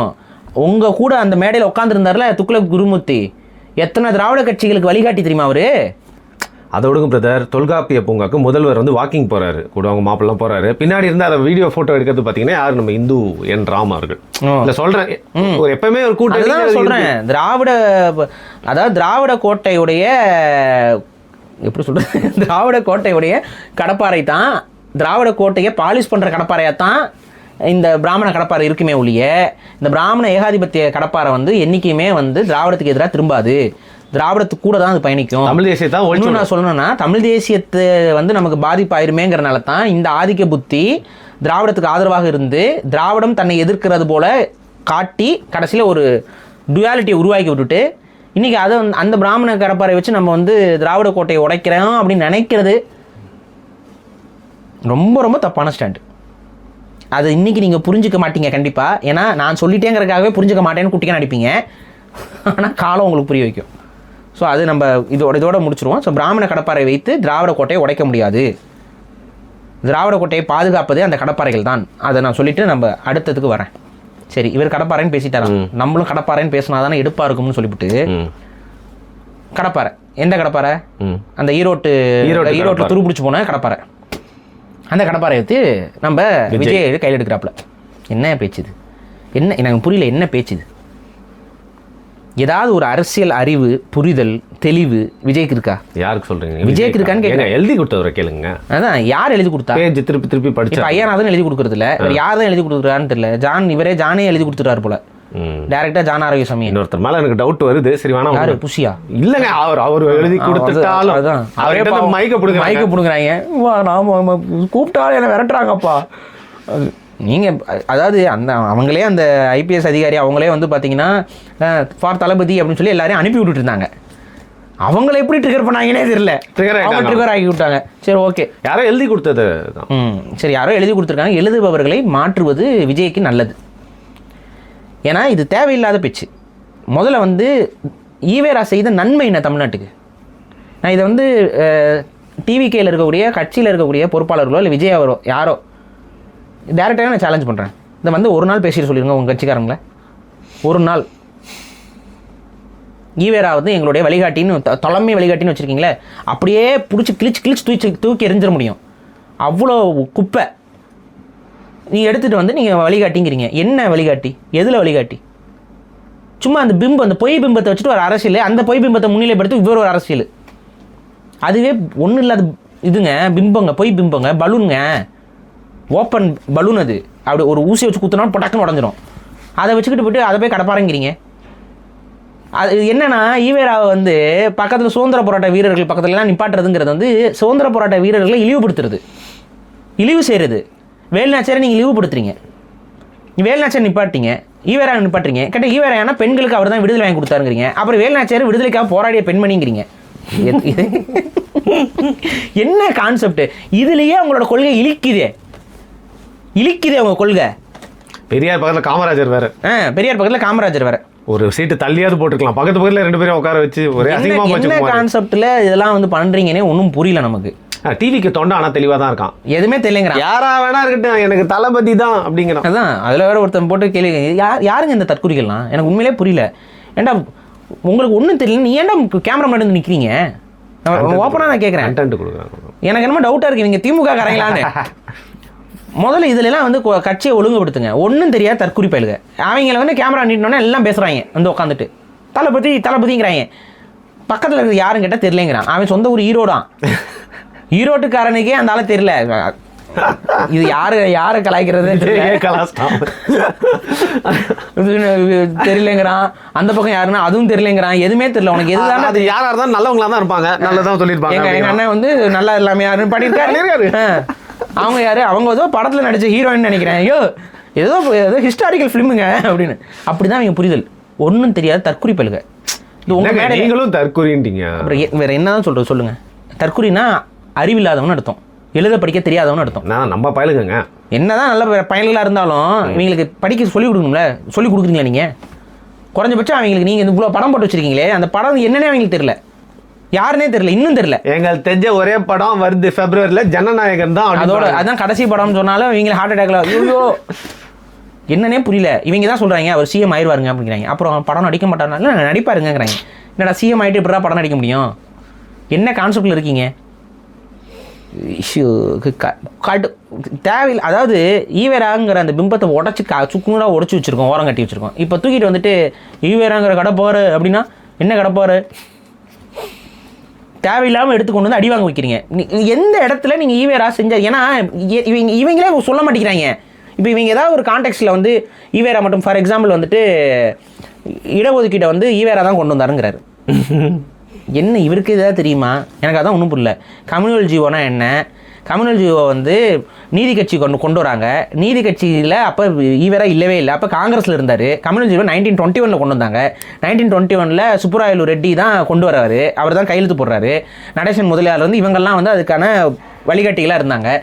இப்போ நான் கேட்குறது, கம்யூனல் ஜீவோ 1921 வந்துருச்சு. அப்போ காங்கிரஸில் இருந்த ஈவேரா எப்படி கம்யூனல் ஜீவோ கொண்டு வர முடியும்? எப்படி வகுப்பு வாரி பிரதிநிதித்துவத்தை கொண்டு வந்தாருங்கிறீங்க? வகுப்பு வாரி பிரதிநிதித்துவத்துக்கு அவர் சப்போர்ட் பண்ணாருன்னு சொல்லுங்கள். அவர் சப்போர்ட் பண்ணாருன்னு சொல்லுங்கள். 1921 வர வகுப்பு வாரி பிரதிநிதித்துவத்தை கொண்டு வந்தது ஈவேரான்னு சொன்னால் என்ன கான்செப்டில்? சரி, ஈவேரா என்ன அரசாங்கத்தில் என்ன பதவி வகித்தார்? அதில் பேசுகிறாருங்க அவர் விஜய். அவரோட பதவி ஈவேரா எங்கப்பா அரசாங்கத்துக்குள்ளே எங்கே பதவி வகிச்சார்? ஈவேரா என்ன பதவியில் இருந்தார்? செல்வாக்கு, பணம், அதெல்லாம் சொல்கிறாருங்க. பதவி வகிச்சாருங்கிறாரு. எந்த இடத்துல பதவி வச்சாரு? ஒன்றுமே புரியல. அவருக்கே என்ன தெரியுதா தெரியலையான்னு தெரியல. அதான் அதனால் வகுப்பு வாரி பிரதிநிதித்துவம்னா என்னென்னு போயிட்டு திரும்ப வந்து விஜய் அவர்கள் படிக்கணும். படிச்சுட்டு தான் வந்து பேசணும். அதற்கும் ஈவேராவுக்கும் சம்மந்தம் இல்லை. அதை சப்போர்ட் பண்ணார், வரவேற்றார், அவ்வளோதான். இப்போ ஜனநாயகம் படம் வருது, நீங்கள் நடிக்கிறீங்க. நாங்கள் போய் படம் பார்த்துட்டு நல்லா இருக்குது படம்னு சொல்லி வரவேற்றோம்னா அது பேர் வரவேற்பு. நாங்கள் தான் நடித்தோம்னு சொல்ல முடியுமா? இல்லை. நான் தான் ப்ரொடியூசர்னு சொல்ல முடியுமா? இல்லை எனக்கு ப்ரொடியூசராக இருக்கிறீங்களா? என்ன நான் படத்தை பார்த்தேன், படம் நல்லா இருக்குன்னு ரிவ்யூ கொடுத்தேன். அது மாதிரி ஒரு ரிவ்யூவர். கம்யூனல் ஜீவோக்கு ஒரு ரிவ்யூவர் அப்படி சொல்லுங்கள். கம்யூனல் ஜீவோவை ரிவ்யூ பண்ணார், நல்ல ரிவ்யூவர் அப்படின்னு சொல்லுங்கள். நம்ம அந்த ஒருத்தர் நம்ம ரிவ்யூ பண்ணிட்டே இருப்பார் ஒருத்தர், நம்ம ப்ளூ சட்டை. ஆமாம், சரி, ப்ளூ சட்டைன்னு வச்சுக்கோங்க. பரத் வச்சுறாங்கண்ணா. பரத் இன்னொருத்தருங்க, நம்ம இவர் பிரசாந்த். அவர் மாதிரி சொல்லுங்கள். எப்படி நம்ம பிரசாந்த் வந்து ரிவ்யூ பண்ணுறாரோ அதே மாதிரி அன்றைக்கி வந்து கம்யூனல் ஜீவோ ரிவ்யூ பண்ண ஒரு நல்ல ஒரு தலைவர் அப்படின்னு பேசுங்க. அப்படி பேசாமல் கடப்பாறை. என்ன கடப்பாறை? வெள்ளைக்காரனுக்கு அடிமையாக கிடந்த கடப்பாறை. வந்து உட்காந்துட்டு அவர் சொத்தெல்லாத்தையும் வந்து சொத்தெல்லாம் என்ன சொல்லுங்கள் எனக்கு தெரிஞ்சுக்கிறேன். சொல்லுங்கள், சொத்தெல்லாம் எங்கெங்கே இருக்குன்னு சொல்லுங்கள். முதல்ல அதெல்லாம் எங்கெங்கே அரசாங்கத்துக்கிட்ட இருக்குது சொல்லுங்கள். அரசாங்கத்துக்கிட்ட இல்லையே. அப்புறம் என்னமோ மக்கள்கிட்ட கொடுத்தாருன்னா, மக்கள்கிட்ட கொடுக்குறேன் என்ன பொருள்? சொத்தெல்லாம் மக்களுக்கு கொடுத்துட்டாருன்னா என்ன மக்களுக்கு கொடுத்தாரு? அவரோட மக்களுக்கு கொடுத்துட்டாரு. தன் மக்கள். தமிழ் மொழியின் புலமை அப்படிதானே. என்ன கான்செப்ட்? என்ன நீங்கள் இப்போ வந்து அவர் வழிகாட்டின்னு தலைமை வழிகாட்டின்னு வச்சுருக்கீங்க. எந்த இடத்துல அவர் கிழிச்சிட்டாருன்னு சொல்லிங்க தலைமை வழிகாட்டி. அப்போ இதுதான் வந்து அப்பட்டமாக ஒரு பொய் பிம்பத்தை கொண்டு வந்து மக்கள்கிட்ட திணிக்கிறது. இந்த இடத்துல தான் விஜய் தோற்று போவார். நான் அதை தான் சொல்கிறேன். விஜய் இந்த ஈவேராவை வச்சுக்கிட்டு வர வரைக்கும் ஜெயிக்கிறதுக்கு வாய்ப்பே இல்லை. குட்டிச்சோராக போகிறதுக்கு நம்ம வரவேற்போம். அதாவது ஆலோசனை கொடுக்குறவங்க, எழுதி கொடுக்குறவங்க, கொள்கை இதுதான் சொல்கிறவங்க கிட்ட இருந்து ஆரம்பிக்குதுங்க பிரச்சனை. ஆமாங்க. முதல்ல மக்களுக்கு எதுவோ அதை பேசுங்க. நீங்கள் இவங்களெல்லாம் மூஞ்சியை காட்டிட்டுலாம் பேசணும் கூட அவசியம் இல்லை. யாரையுமே காட்டாமல் ஏன் மூஞ்சி தாங்கன்ட்டு வந்து பேசுங்க. உங்களுக்கு எது சரின்னு படுதா கூட பேசிட்டு போங்க. ஆனால் இந்த அடுத்தவங்களை கொண்டு வரும்போது அவங்களோட நெகட்டிவ்ஸ் என்னன்னு கேட்டிருக்கணும்ல. குறைஞ்சபட்சம் கேட்டிருக்கணும்ல. கேட்டிங்களா? எதுவுமே கேட்காம எல்லாத்தையும் அக்செப்ட் பண்ணிட்டு வந்து உட்காந்துட்டு பேசும்போது அப்போ ஈவேராங்கிற ஒரு தப்பான ஒரு பிம்பத்தை கொண்டு வந்து திரும்ப திரும்ப சேர்க்கும் பொழுது விஜய் வந்து தோத்து தான் போவார். இல்லை இப்போ இந்த கொள்கை தலைவர் சொல்லிட்டு இந்த மாதிரி போடுறோம்ல, ஸோ பேசிக்லி அவங்க நம்புறாங்க போல இந்த மாதிரி எல்லாரையுமே அகாமடேட் பண்ணிட்டா இவங்களை பிடிச்சவங்க எல்லாருமே வந்து ஓட்டு போட்டுருவாங்க. அது உண்மையா பாரு, அது ஒர்க் அவுட் ஆகுமா? இப்போ நீங்கள் கேட்குறேன், உங்களோட கொள்கை தலைவர் ஈவேரா, இப்போ ஈவேராவை ஏற்றுக்கொண்ட எத்தனை பேர் உங்களை ஏற்றுக்கிட்டாங்க? இல்லை, இவ்வளோதான் விஷயம். ஸோ பேசிக்காக நீங்கள் என்ன நினைக்கிறீங்கன்னா, நான் மதங்களுக்கு அப்பாற்பட்டவன்னா ஈவேரா டேகை போட்டுக்கிட்டோம்னா இஸ்லாமியர்களும் கிறிஸ்தவர்களும் வந்துருவாங்கன்னு. எவ்வளோ நாளைக்கு வருவாங்க அப்படின்னா அவங்களுக்கு அறியாமையில் இருக்க வரைக்கும், அவங்களோட அறியாமை இருக்கிற வரைக்கும் தான் ஈவேராங்கிற அந்த டேகை பயன்படுத்திட்டு அவங்க வருவாங்க. அவங்களுக்கு இன்றைக்கி கொஞ்சம் கொஞ்சமாக தெளிவு வந்துட்டு இருக்கு. இஸ்லாமியர்கள்லாம் இன்றைக்கி தெளிவு அடைய ஆரம்பிச்சிருக்காங்க. துலுக்கர்கள்னு பேசுகிறாருங்க, துலுக்கர்களும் பிராமணர்களுக்கும் இந்த மண்ணுக்கு என்ன சம்பந்தம்னு ஈவேரா கேட்குறாருங்க கேள்வியை. இந்த கேள்வி இப்போ நம்ம கேட்குறோம் இஸ்லாமியர்களை பார்த்து, இந்த கேட்டிருக்காரு, இதுக்கு என்ன பதில்?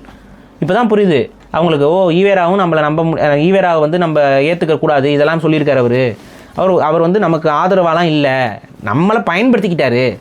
இதுதான் அவங்களுக்கு புரிதல் வருது கொஞ்சம் கொஞ்சமாக. இப்போ அவரோட இறைமறுப்பு கொள்கையை அதையும் ஏற்கலை, அதை அவரே சொல்லிட்டாரு, விஜய் சொல்லிட்டாரு, அவரோட இறைமறுப்பு கொள்கையை நான் ஏற்கலை. அவ்வளோதான், ஓட்டே வராது. நான் என்ன கேட்குறேன், இறைமறுப்பு கொள்கையை ஏற்கலை, வேறு எது அவரோட கொள்கை? எந்த கொள்கையை நீங்கள் ஏற்கிறீங்க? இறைமறுப்பு விட்டுட்டீங்க, பெண்ணிய விடுதலை அந்த அவர் ஒன்றும் பண்ணலை. பெண்கள் தமிழ் சமூகத்தில் விடுதலையாக தான் இருந்தாங்க. விடுதலையாக இருந்தது உங்களுக்கு தெரியுது. வேலுநாச்சியாரை கொண்டு வந்து வைக்கிறீங்க. வேலுநாச்சியாரை ராணி, ஒரு ராணியாக இருக்கிற இதில் வந்துட்டு இவர் என்னத்தை விடுதலை வாங்கி கொடுத்தாரு? இந்த கேள்வி இருக்குல்ல. பல வருஷங்களுக்கு அப்புறம் இவரே வராரு. அப்புறம் என்ன கான்செப்ட்? அஞ்சலி அம்மாள் எல்லாத்தையும் நீங்கள் வந்து வைக்கிறீங்க. அப்போ அவங்களெல்லாம் யார் விடுதலை வாங்கி கொடுத்தா? அப்போ பெண் சமத்துவங்கிறது தமிழ் சமூகத்தில் ஆதி காலத்து தொட்டே இருக்குங்கிறது உங்களுக்கு தெரியுது. அப்புறம் என்ன இப்போ பெண் விடுதலையை வாங்கி கொடுத்தாரு ஈவேரா? சரி, ஈவேரா இன்னைக்கு ஃபாலோ பண்ணுற பெண்ணியவாதிகள் இருக்கிறாங்க. அவங்களாம் எப்படி இருக்கிறாங்க? இன்னைக்கு ஈவேராவோட கொள்கைக்கு இன்னைக்கு இல்லைங்க, இன்னைக்கு ஈவேராவோட கொள்கையை ஃபாலோ பண்ணாலும் அப்படி தாங்க வாழ முடியும். அப்படி தான் வாழ முடியும். உங்களுக்கே தெரியுதுல்ல, பாப்புலர் ஈவேரா வழிகாட்டிகள் எப்படி ஈவேராவை ஏற்றுக்கொள்ளக்கூடிய பெண்ணியவாதிகள் எப்படி வாழ்ந்துகிட்டு இருக்காங்க. நீங்கள் போய் பாருங்கள் அவங்களோட வாழ்க்கையை. ஆண் கையில் வந்து ஆணாதிக்கத்து கீழே ஒரு பெண் அடிமைத்தனத்தில் வாழ்ந்துட்டு இருக்காங்க. அப்படி தான் வாழ்ந்துட்டு இருக்காங்க. ஈவேராவுடைய பெண்ணியம்ங்கிறது அதுதான். இப்போ பாரதி இந்த இடத்துல கொஞ்சம் தூக்கி பேசணும். நீங்கள் பார்த்துருப்பீங்க, அன்றைக்கெலாம் வந்து பார்த்தீங்கன்னா ஆண்கள் உட்காந்துட்டு பெண்களை நிற்க வச்சு தான் ஃபோட்டோ எடுக்கும்பொழுது தன்னுடைய மனைவியை உட்கார வச்சுட்டு இவர் நின்று ஃபோட்டோ எடுத்துருப்பாரு. ஆனால் நீங்கள் அப்படியே இந்த பக்கம் ஈவேரா சைடு கேமரா திருப்பினீங்கன்னு வைங்களேன், நீங்கள் அவர் வந்து என்ன பண்ணியிருப்பாருன்னா செப்பல் கூட வாங்கி கொடுக்க மாட்டார். வெறுங்காலில் நடந்து வந்துருப்பாங்க. இவர் செப்பல் போட்டுருப்பாரு, அவங்க வெறுங்காலில் நடந்து வந்துட்டுருப்பாங்க. பெண்ணும் மண்ணும் ஒன்றுன்னு நினச்சிருக்காரு ப்ரோ.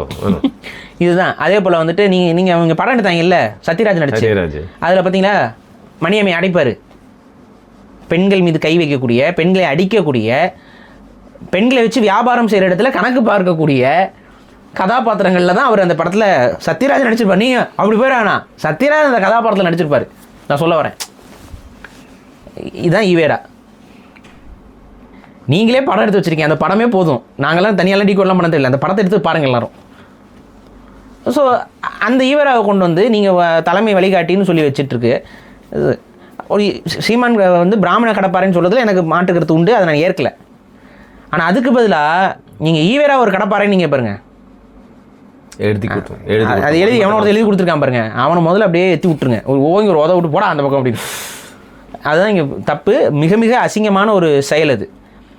ஈவேராவை கொண்டு வந்து தமிழ் சமூகத்துக்கு முன்னாடி வந்து முன்னின்று நீங்கள் திணிக்க ஆரம்பிச்சிங்கன்னா நீங்கள் தமிழர் விரோதியாக அம்பலப்படுவீர்கள். இவ்வளோதான், அம்பலப்படுவீர்கள். நான் அப்படிலாம் இல்லை அப்படின்னா நீங்கள் அந்த ஈவேராங்கிற அந்த பிம்பத்தை தூக்கி எரிஞ்சால் மட்டும்தான் உங்களுக்கு தமிழ்நாட்டில் ஒரு அரசியலுங்கிறதுக்கு வாய்ப்பு இருக்கும். அது நீங்கள் தூக்கி வச்சுட்டு சுமந்துட்டு இருக்கிற வரைக்கும் உங்களுக்கு அடி விழுக வைப்போம். அதான் நம்ம சொல்கிறோம். அது எவ்வளோ கூட்டம் அவங்களுக்கு சேர்ந்தாலும் சரி, அவங்களுக்கு இன்னைக்கு புரிதல் இல்லாத மக்களுங்க என்னைக்கு இருந்தாலும் ஒரு நாள் அவனுக்கும் தெளிவு வரணும்ல. இப்போ நம்ம எல்லாருமே பிறந்த உடனே எல்லாமே தெரிஞ்சிருக்குமா? தெரியாது. அதே போல் இவங்கெல்லாம் குட்டி பசங்க. அந்த குட்டி பசங்க இப்போ தான் பிறந்திருக்குதுங்க, இப்போ தான் வளர்ந்துக்கிட்டு இருக்குதுங்க, இப்போ தான் தவழ்ந்துக்கிட்டு இருக்குங்க, ஒன்று ஏறிக்கிட்டு இருக்குது. நீங்களே சொல்கிறீங்க, தம்பி இறங்குப்பான்ட்டு முத்தெல்லாம் கொடுக்க வேண்டியிருக்கு. ஸோ சப்போஸ் அவர் ஏறி இருந்தால் என்ன இருக்கும்? என்ன இறங்க சொல்கிற? ஐயோ என்ன விட்டுருங்க வாரி. கண்டென்ட்டை எடுத்து வச்சுட்டு என்னங்க வேஸ்ட் பண்ணுறீங்க? ரைட்டு, பயந்து வருது. ரைட்டு, இல்லை அவங்களுக்கு புரியாது, ரொம்ப இன்சைட் ஜோக்காக சொல்லிட்டீங்க நீங்கள். ஸோ பேசிக்லி அன்றைக்கி பார்த்தீங்கன்னா அந்த கூட்டம் எப்படி இருக்குன்றத அன்றைக்கி நடந்த விஜயே இது பண்ணுற மாதிரி இருந்தது. ஸோ அவங்களுக்கு வந்து விஜய் என்ன காமிக்கிற, விஜய் என்ன சொல்கிறாரு. அப்புறம் இன்னொன்று சொல்ல மறந்துட்டேன். சீமான் அவர்களை விமர்சிக்கிறதுக்குன்னா நீங்கள் தமிழ் தேசிய தளத்துக்குள்ளேருந்து நீங்கள் விமர்சிச்சிங்கன்னா அது ஒரு நியாயம் உண்டு. சரி, அதை விட்டுட்டு பொது தளத்தில் இருந்துக்கிட்டு நீங்கள் வந்துட்டு வந்து களத்திலே இல்லை, அவங்கள நம்பி பேச விரும்பலை, நீங்கள் பேசுறது பேசாதது உங்கள் விருப்பம், ஆனால் அவங்க பேசுறதுக்கு பதில் உங்களால் கொடுக்க முடியல. இல்லை களத்திலே இல்லைன்னு சொல்கிறது வந்து ஏற்றுக்க முடியாத ஒரு விஷயம். அது இவங்களை வந்து தற்கொலைன்னு இவங்க சொல்கிறதும், இவங்களை களத்திலே இல்லைன்னு சொல்கிறதும் அவங்களுக்குள்ள சண்டை போட்டுக்கணும். அவங்களுக்கு தான் முடிவாயிப்போச்சுல. ரெண்டு பேரும் மாறி மாறி சண்டை போட்டுக்கிட்டு மாறி இவங்க சண்டை போட்டுக்கிட்டு திமுகவுக்கு ஒரு ஓப்பன் ஸ்பேஸ் உருவாக்கி கொடுக்குறேன்னு இவங்க முடிவு பண்ணிட்டாங்கல்ல, போய் சண்டை போடட்டும், ஒன்றும் பிரச்சனை இல்லை. பட் ஆனால் நான் என்ன சொல்கிறேன்னா, ஒன்றா அவங்க கேட்குற கேள்விக்கு பதில் கொடுத்துருங்க. பதில் இல்லைன்னா கடந்து போகிறது வேறு. அது என்ன லைட்டாக சொரிஞ்சு விட்றது, சிறுமைப்படுத்துகிற மாதிரி அது லைட்டாக சொரிஞ்சு விட்றது. அவங்க அதை பண்ணக்கூடாதுன்னு நம்ம சொல்கிறோம். இவங்க ரெண்டு பேரும் சண்டை போடுறது தேவையற்றதுங்கிறோம். அப்போ ஒருத்தவங்க இவ்வளோ நாள் இக்னோர் பண்ணிட்டு போயிட்டு இருந்தார். இக்னோருங்கிறது வேறு. இப்போ நீங்கள் பண்ணது இக்னோர் கிடையாது. இப்போ நீங்கள் பண்ணது என்ன, சொறிகிறது. ஸோ நீங்கள் சொரிஞ்சிருக்கீங்க. இப்போ அவங்க அடிப்பாங்க. இப்போ எங்களை அடிக்கிறாங்கன்னு புலம்புவீங்க. எதுக்கு இந்த பேச்சு? அப்போ இந்த இடத்துல வந்துட்டு களத்தில் அவங்க இல்லைன்னு சொல்கிறது வந்து ரொம்ப ஒரு அருவருக்கத்தக்க ஒரு சொல்லாடல். காரணம் என்னென்னா, களத்தில் அவங்க இருக்கிறாங்க. அவங்களுக்கு வாக்குகள் வேணால் கம்மியாக இருக்கலாம், ஆனால் களத்தில் இருக்கிறாங்க. எத்தனையோ இளைஞர்கள் அவர்கள் வாழ்க்கையை தொலைச்சு அவங்க இந்த கட்சியை வளர்த்துக்கிட்டு இருக்கிறாங்க. எத்தனையோ இடங்களில் மக்களுக்கு நிறையா நடந்திருக்காங்க. இந்த குறைபாடெல்லாம் அவங்க வந்து அவ்வளோ வேலைகளை செஞ்சுருக்காங்க. இதெல்லாம் உங்களுக்கு தெரியாமல் இருக்கு. இதை நீங்கள் சீமான் அவர்களை மட்டும் சொல்ல, அந்த கட்சியில் உயிரை கொடுத்த எல்லாருக்குமே சொல்கிறீங்க. ஒட்டுமொத்தமாக சொல்கிறேன். ஒட்டுமொத்தமாக அவங்க செயல்பட்டுக்கிட்டு தான் இருக்கிறாங்க. எத்தனையோ முகாம்கள் நடத்தியிருக்காங்க, எத்தனையோ நிவாரணங்கள் நடத்தியிருக்காங்க, இன்னி வரைக்கும் பண்ணிக்கிட்டு இருக்கிறாங்க. பெரிய பெரிய கூட்டங்கள் நடத்துகிறாங்க, கேஸ் வாங்கியிருக்காங்க. அவங்க மேலே போலீஸ் வந்து தடியடி நடத்தியிருக்கு. அவங்களும் எல்லாம் நடந்திருக்கு. சொத்துக்களை இழந்திருக்காங்க. நிறைய பேர் பொருளாதார எல்லாமே அவ்வளோ இது பண்ணிகிட்டு இருக்கும்போது அவங்க களத்திலே இல்லைன்னு சொல்லுவாங்க. களத்தில் இருக்கிறாங்க. அவங்களுடைய இருப்பு வந்து மக்கள்கிட்ட தெரியலேங்கிறது அது உண்மை. அவங்க இருக்கிறாங்க, போராடுறாங்க, செயல்படுறாங்க, ஆனால் அது மக்கள்கிட்ட போய் சேரலை. அது சேர்ற மாதிரி அவங்க இன்னும் போய் செய்யணும். இது வந்து ஆக்கப்பூர்வமான விமர்சனம். களத்திலே அவங்க இல்லை. களத்திலே களம்ங்கிறது என்ன இதுதான் கேள்வி. வாக்கரசியல் தான் களமா, கேரவன் தான் களமா? இவ்வளோ தான் கேள்வி. வெறும் வாக்கரசியல் வச்சுக்கிட்டு இல்லை கேரவன் நீங்கள் சொல்கிற மாதிரி இதை வச்சுக்கிட்டு இந்த கூட்டம் காட்டுறது இதையே வச்சுட்டு களம்னு பார்ப்பீங்களா? அப்படின்னா களத்தில் சன்னி லியோனி இருக்காங்க, ஏற்றுக்கிறீங்களா? சொல்லுங்கள். உங்களுக்கு போட்டி சன்னி லியோனின்னு சொல்லிடலாமா? சன்னி லியோனிக்கு கூட்டம் கொடுத்துங்க. அப்போ உங்களுக்கு போட்டி களத்தில் சன்னி லியோனி இருக்காங்கன்னு சொல்லிடலாமா? என்ன பேச்சு இது? நீங்கள் இந்த கூட்டத்தை மொபிலைஸ் பண்ணுறதுங்கிறதுல மட்டும் அரசியல் கிடையாது. நீங்கள் வாக்கு வாங்குங்க, நீங்கள் வாக்கரசியலில் ஜெயிங்க, அதெல்லாம் எனக்கு பிரச்சனை கிடையாது. ஆனால் ஒரு வாக்கரசியல் இருக்கிறவங்கள களத்திலே இல்லைன்னு சொல்லாதீங்க. களத்தில் அவங்க இருக்காங்க. அவங்க கேட்குற கேள்விக்கு களத்தில் நீங்கள் பதில் கொடுங்க. இல்லை முற்றிலுமா முன்னே எதிருங்க, பதில் கொடுங்க, என்னமோ பண்ணுங்க. அதுதான் அரசியல். ஆக்கப்பூர்வமாக பண்ணுங்க. முற்றிலுமாக இக்னோர் பண்ணும்போது அது நம்மளே சொல்கிறோம், அவங்களே இக்னோர் பண்ணிட்டு போகிறாங்க, நீங்கள் தேவையில்லாமல் போய் நோண்டாதீங்கன்னு. ஆனால் இவங்களும் நோண்டாங்க. அதை தப்பு நம்ம சொன்னோமா இல்லையா? அப்போ இவங்க நோண்டுறதையும் நம்ம தப்புன்னு சொல்லணுமா? சொல்லக்கூடாது.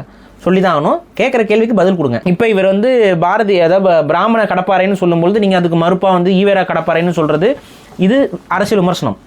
இது நீங்கள் பேரை சொல்கிறீங்க, பேரை சொல்லாமல் சொல்கிறீங்க, அது அரசியல் விமர்சனமாக பார்க்கப்படும். அது தப்பு கிடையாது. அது நீங்கள் பேசலாம், சாடமடையாக கூட சொல்லலாம். ஆனால் அடுத்து ஒன்று சொன்னீங்கல்ல, களத்திலே இல்லாதவங்களோட நான் போய் ஏன் சண்டை போடணும், இது பண்ணணும், அது இதுன்னு, அது வந்து மலிவு அரசியல். அவங்க உங்ககிட்ட வைக்கக்கூடிய கேள்விக்கு நீங்கள் பதில் கொடுங்க. இப்போ நான் கேட்குறேன், எஸ்ஐஆருக்கு எதிராக நீங்கள் என்ன கிழிச்சிட்டீங்க விஜய் அவர்களே? இவ்வளோ பெரிய கூட்டம் வச்சுருக்கீங்களே, இது தமிழர்களுக்கு எதிராக தானே நடக்குது. வீடியோ போட்டார், எப்படி எஸ்ஐஆர் பண்ணாரு? எஸ்ஐஆர் எப்படி ஃபார்ம் ஃபில் பண்ணணும் தானே போட்டார். இது பேர் எதிர்ப்பா? ஒரு கோடி பேர் வந்து எஸ்ஐஆரில் இல்லைன்னு வந்துருச்சு. இப்போ என்ன பண்ண போகிறீங்க? உங்கள் கட்சிக்காரங்களுக்குலாம் வந்துருச்சா? இல்லை, கண்டிப்பாக உங்கள் கட்சிக்காரங்க நிறைய பேருக்கு வாக்கு இல்லாமல் தான் இருக்கும். இப்போ ஒன்று புது வாக்காளர்கள் நிறைய பேர் எல்லாம் வாக்கு இல்லாமல் இருக்கும். இப்போ என்ன பண்ணலாம்? திருப்பரங்குன்றத்துக்கு வாயை திறக்கல. அப்போ எங்கே களம் உங்களுக்கு போச்சு? காணாமல் போச்சு உங்களுக்கு? இங்கே தமிழ்நாட்டில் நடக்கிற எந்த பிரச்சனையும் நீங்கள் வாயை திறந்தீங்க? சும்மா ஒவ்வொரு ஊருக்கு போகும்போது அந்த ஊரில் வந்து இந்த டேம் கட்டினா நல்லா இருக்கும், அது நல்லா தான் இருக்கும், அல்வா கடை சூப்பராக இருக்கும், எல்லாம் நல்லா தான் இருக்கும். என்ன போராட்டத்தை நீங்கள் முன்னெடுத்துட்டீங்க? இது வரைக்கும் நீங்கள் செய்த போராட்டங்கள் என்னென்ன? ஒரு அரசியல் தலைவர் போராட்டமே செய்யாத அரசியல் தலைவர். இல்லை கூட்டம் பர்மிஷன் வாங்கிறதுக்காக ஒரு போராடுறாங்கல்ல, அதான பெரிய போராட்டம். இது பேர் இப்போ இதா? ஸோ இந்த இடங்கள்லாம் நீங்கள் ரொம்ப வீக்கு. அந்த இடத்துலலாம் நாம் தமிழர் ஸ்ட்ராங் தான். அவங்க எத்தனையோ போராட்டாங்க. அவங்க ஆக்சுவலாக போராடாத இதே இல்லை, எல்லாத்துக்கும் போராடிட்டு இருக்காங்க, தொடர்ச்சியாக போராடுறாங்க. அதே போல் அவங்க அது மக்கள் மத்தியில் அவங்களோட பார்வை என்பது பெரிய அளவு போய் சேரலைங்கிற விமர்சனம் இருக்குது. அதுக்கு அவங்க பாடுபடணும், அது வேறு. ஆனால் அட் த சேம் டைம் நீங்கள் பேசுகிற இது வந்து களத்திலே இல்லை, அவங்க வந்து விமர்சிக்க பண்ணணும்னா அவங்க தான் களத்தில் இருக்காங்க, நீங்கள் தான் இல்லை. அவங்க தான் வந்து அங்கீகரிக்கப்பட்ட கட்சி தமிழ்நாட்டில், நீங்கள் கிடையாது. தயவு செஞ்சு இந்த டிவிக்கு தோழர்களே மண்டையில் ஏற்றிக்கோங்க. என்டிகே வந்து recognised, registered and recognised party of India. இந்திய சட்டத்தால் அது அங்கீகரிக்கப்பட்டிருக்கு. Third biggest party in அவங்களுக்கு Tamil Nadu. நிரந்தர சின்னம் இருக்கு. இப்போ நீ உன் சின்னம் என்ன சொல்லு? கடப்பாரை. டிவிக்கே சின்னம் என்ன? விசிலு பேட்டுன்னு கேட்டிருக்காங்க, ஆனால் கடப்பாரை கொடுக்க மாதிரி தேர்தல் நடத்திடும். புரியுதா?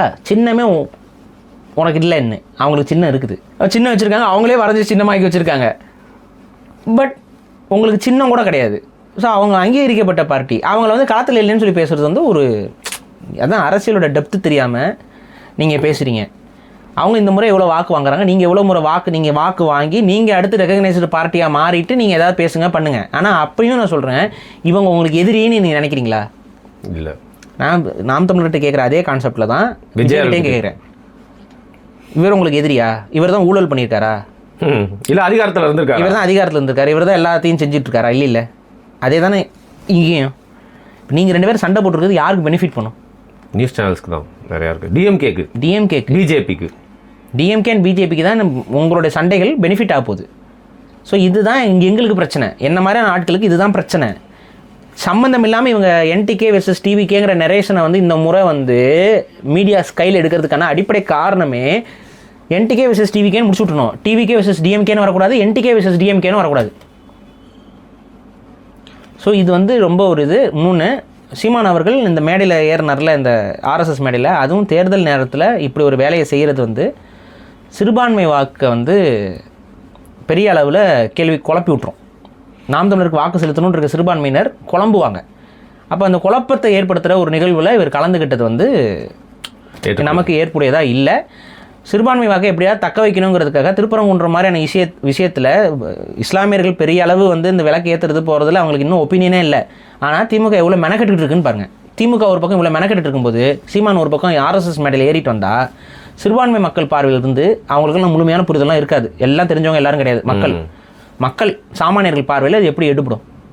ஸோ இந்த மாதிரியான சில விஷயங்களை வந்து அவர்கள் சரி செய்து கொண்டு தவிர்க்கிறது அந்த கட்சியோடைய வளர்ச்சிக்கும் நல்லது, தமிழ் தேசிய கருத்தியலுக்கும் நல்லது. ஏன்னா எங்ககிட்ட கேள்வி வருது, நீங்கள் செய்கிற ஒரு செயல் எங்களிடம் கேள்வியாக கேட்கப்படுது, இது சரியா தப்பான்ட்டு. தப்புன்னு சொன்னால் நீங்கள் பாஞ்சு கடிப்பீங்க, புரியுதா? ஆனால் வேறு வழி இல்லை. நீங்கள் பாரதியை புகழ்ந்தது சரி, பாரதியை புகழ்ந்த இடம் தவறு, அதில் எனக்கு மாற்று கருத்தே இல்லை. தவறுங்கிறத விட தப்பு, அதுதான் நம்ம சொல்கிறோம். ஆர்எஸ்எஸோட போய் நின்றுட்டு புகழ்றதுங்கிறது ரொம்ப தப்பு. ரைட், சரி. ஒரு பெரிய வீடியோ தான், இன்னொரு 1/2 மணி நேரம் எக்ஸ்ட்ரா பேசியிருந்தா அவதார் படத்துல லென்த்துக்கு வந்திருக்கும். பட் ஒரு பிரம்மாண்டமான வீடியோவில் விஜய் அண்ட் சீமான் அவர்கள் 2 கடப்பாறைகளை வைத்து உங்களுக்கு வந்து கண்டென்ட் குத்தி இருக்கோம். பார்த்தது மட்டும் இல்லாமல் கமெண்ட் பண்ணுங்கள், முடிஞ்சா சேனலை வந்து சப்ஸ்கிரைப் பண்ணிட்டு போங்க. மிக்க நன்றி.